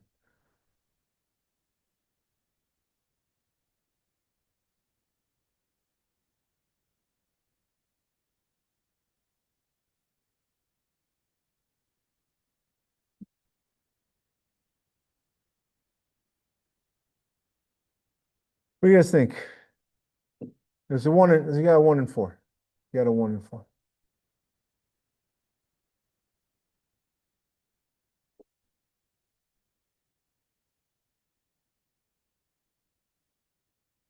All right, got some D's, got some C's. A bunch of people who are just refusing to participate.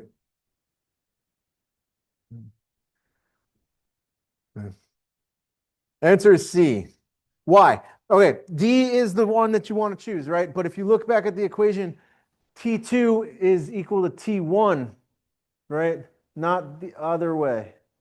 Not the other way. T2 is so it's reversed, flipped. But in this case, why would we assume that T1 is less than T2? We are slipping, we're pulling, and so friction is going to be in the opposite direction of the motion, right? And so it's stealing from us, basically. All right, we have time. Maybe, yeah, we have time for this. This one, determine whether the block shown is in equilibrium and find the magnitude direction of the friction force when P is equal to 150 pounds. Super fun. Alrighty. This is an interesting way to ask this question. We haven't asked this question before. Determine whether the block shown is in equilibrium. What does that mean? This is asking you specifically whether or not motion is impending, right? It is asking you, is this a statics problem or is this not a statics problem? Is this a dynamics problem, right?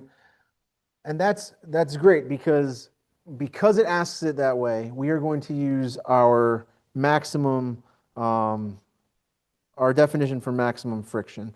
And then we're going to compare it, right? We're always going to check against our criteria, right? But first thing we're going to need is a free body diagram, right? Let's go ahead and do that. And this one's one of those ones you can draw it both ways, right? You can tilt it on your own, or you can just leave it how it's at, right?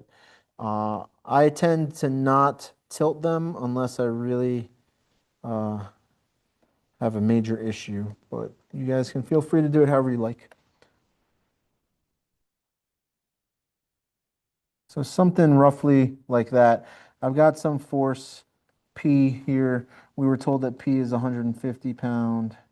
All right, I've got some force downward, 500 Newton. Um, I've got to make an assumption, right? I've got to make an assumption here. We'll talk about it in a second. I'm gonna actually write that over here so I have room to write my forces. We know we're gonna have a normal force, right? And I'm gonna go ahead and draw that and make that 20 degrees right there. Friction. Which way should we draw friction? Should we assume that so what's the assumption here? We're testing for equilibrium, right? So what's our assumption? What is our overriding assumption? What did I say we're going to use to start with, since we were told that we're testing for equilibrium? We're going to use maximum friction. If we are using maximum friction, should we assume that that we are actually pushing this up the hill, or that this is, what direction are we assuming that this friction is going to be pointed? Doesn't matter. Doesn't matter.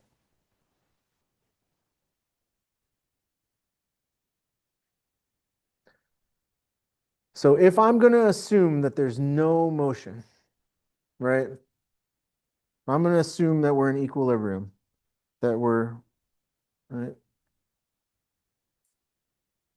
Then I'm going to choose my friction to be at that angle.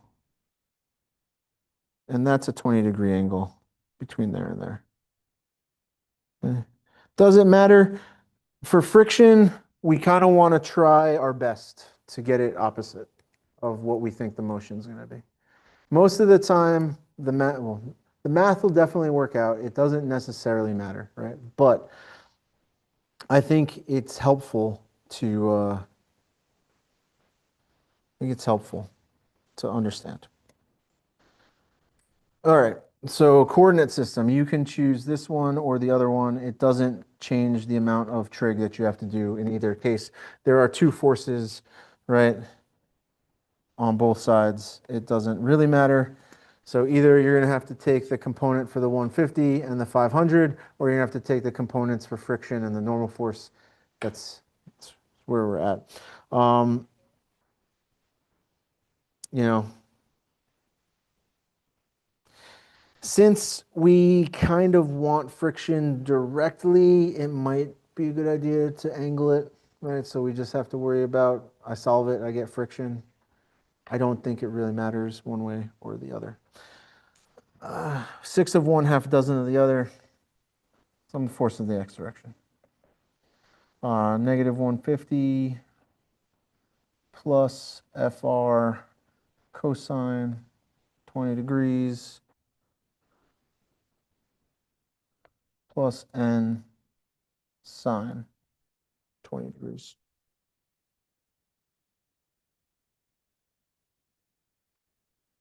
Does everybody see why those are the way that they are?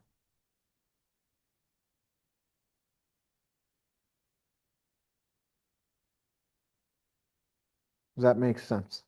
We good? Okay. Can't do anything with that. I've got two unknowns. Let's get the next equation. We'll sum the force in the y direction. Set it equals 0.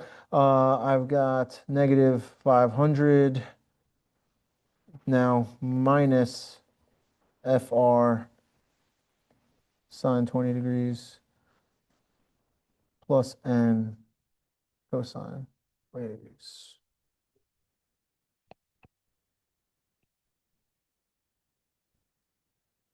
Yeah. All right, so we can solve these now. Now, if you had tilted this, right?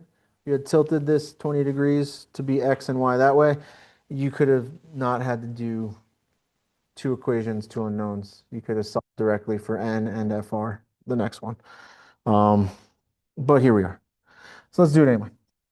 You solve these simultaneously and you will get that N is equal to 521.15 pounds and that our friction is equal to negative 30.11 pounds. So my bad. I guessed the wrong way. Wah wah.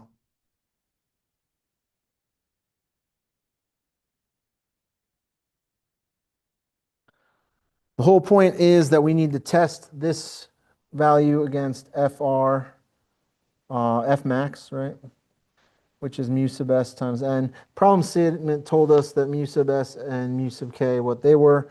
And so mu sub s was 0.3. So that's 0.3 of 521.15. So the maximum friction comes out to be 156.35 pounds.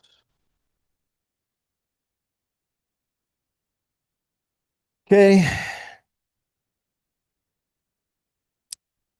Based on the last thing that we talked about, where we said if P sub X is like those things that I told you to write down, and I put the color boxes around them. I made my TikTok joke. All right. All that stuff. Based on those criteria, if the X direction force is less than the maximum friction, then we do not have motion. Guess what? It's less than. It's not a lot less than it, but it's less than it. Okay. So no motion, static equilibrium, we're done. Problem over. Problem complete.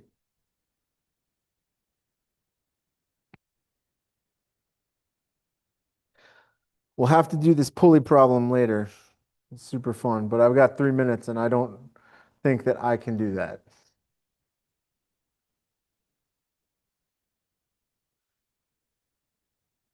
Next week, we will finish with some friction, and then we're going to jump into moments of inertia and centroids and all that good stuff. I think chapters 8, 9, and 10 in the book, something like that. Okay. Yep, my watch is telling me that there are 2 minutes left in class, which tracks. Yep. All right. It's Thursday. Again, I'm gonna go scan a bunch of example problems into the computer and then I'm going to put them on Halo. I will let you know. They're probably not going to be named what they are, but the announcement will tell you what it is. Okay. If you need me tomorrow, send me a message in Halo or Discord and I will set up a Zoom meeting for you guys to drop in on. I will try my best. Okay. And then if you're not feeling great, please, please, please come talk to me. Please come talk to me. And then the last one. Then if I don't see you, have a great weekend.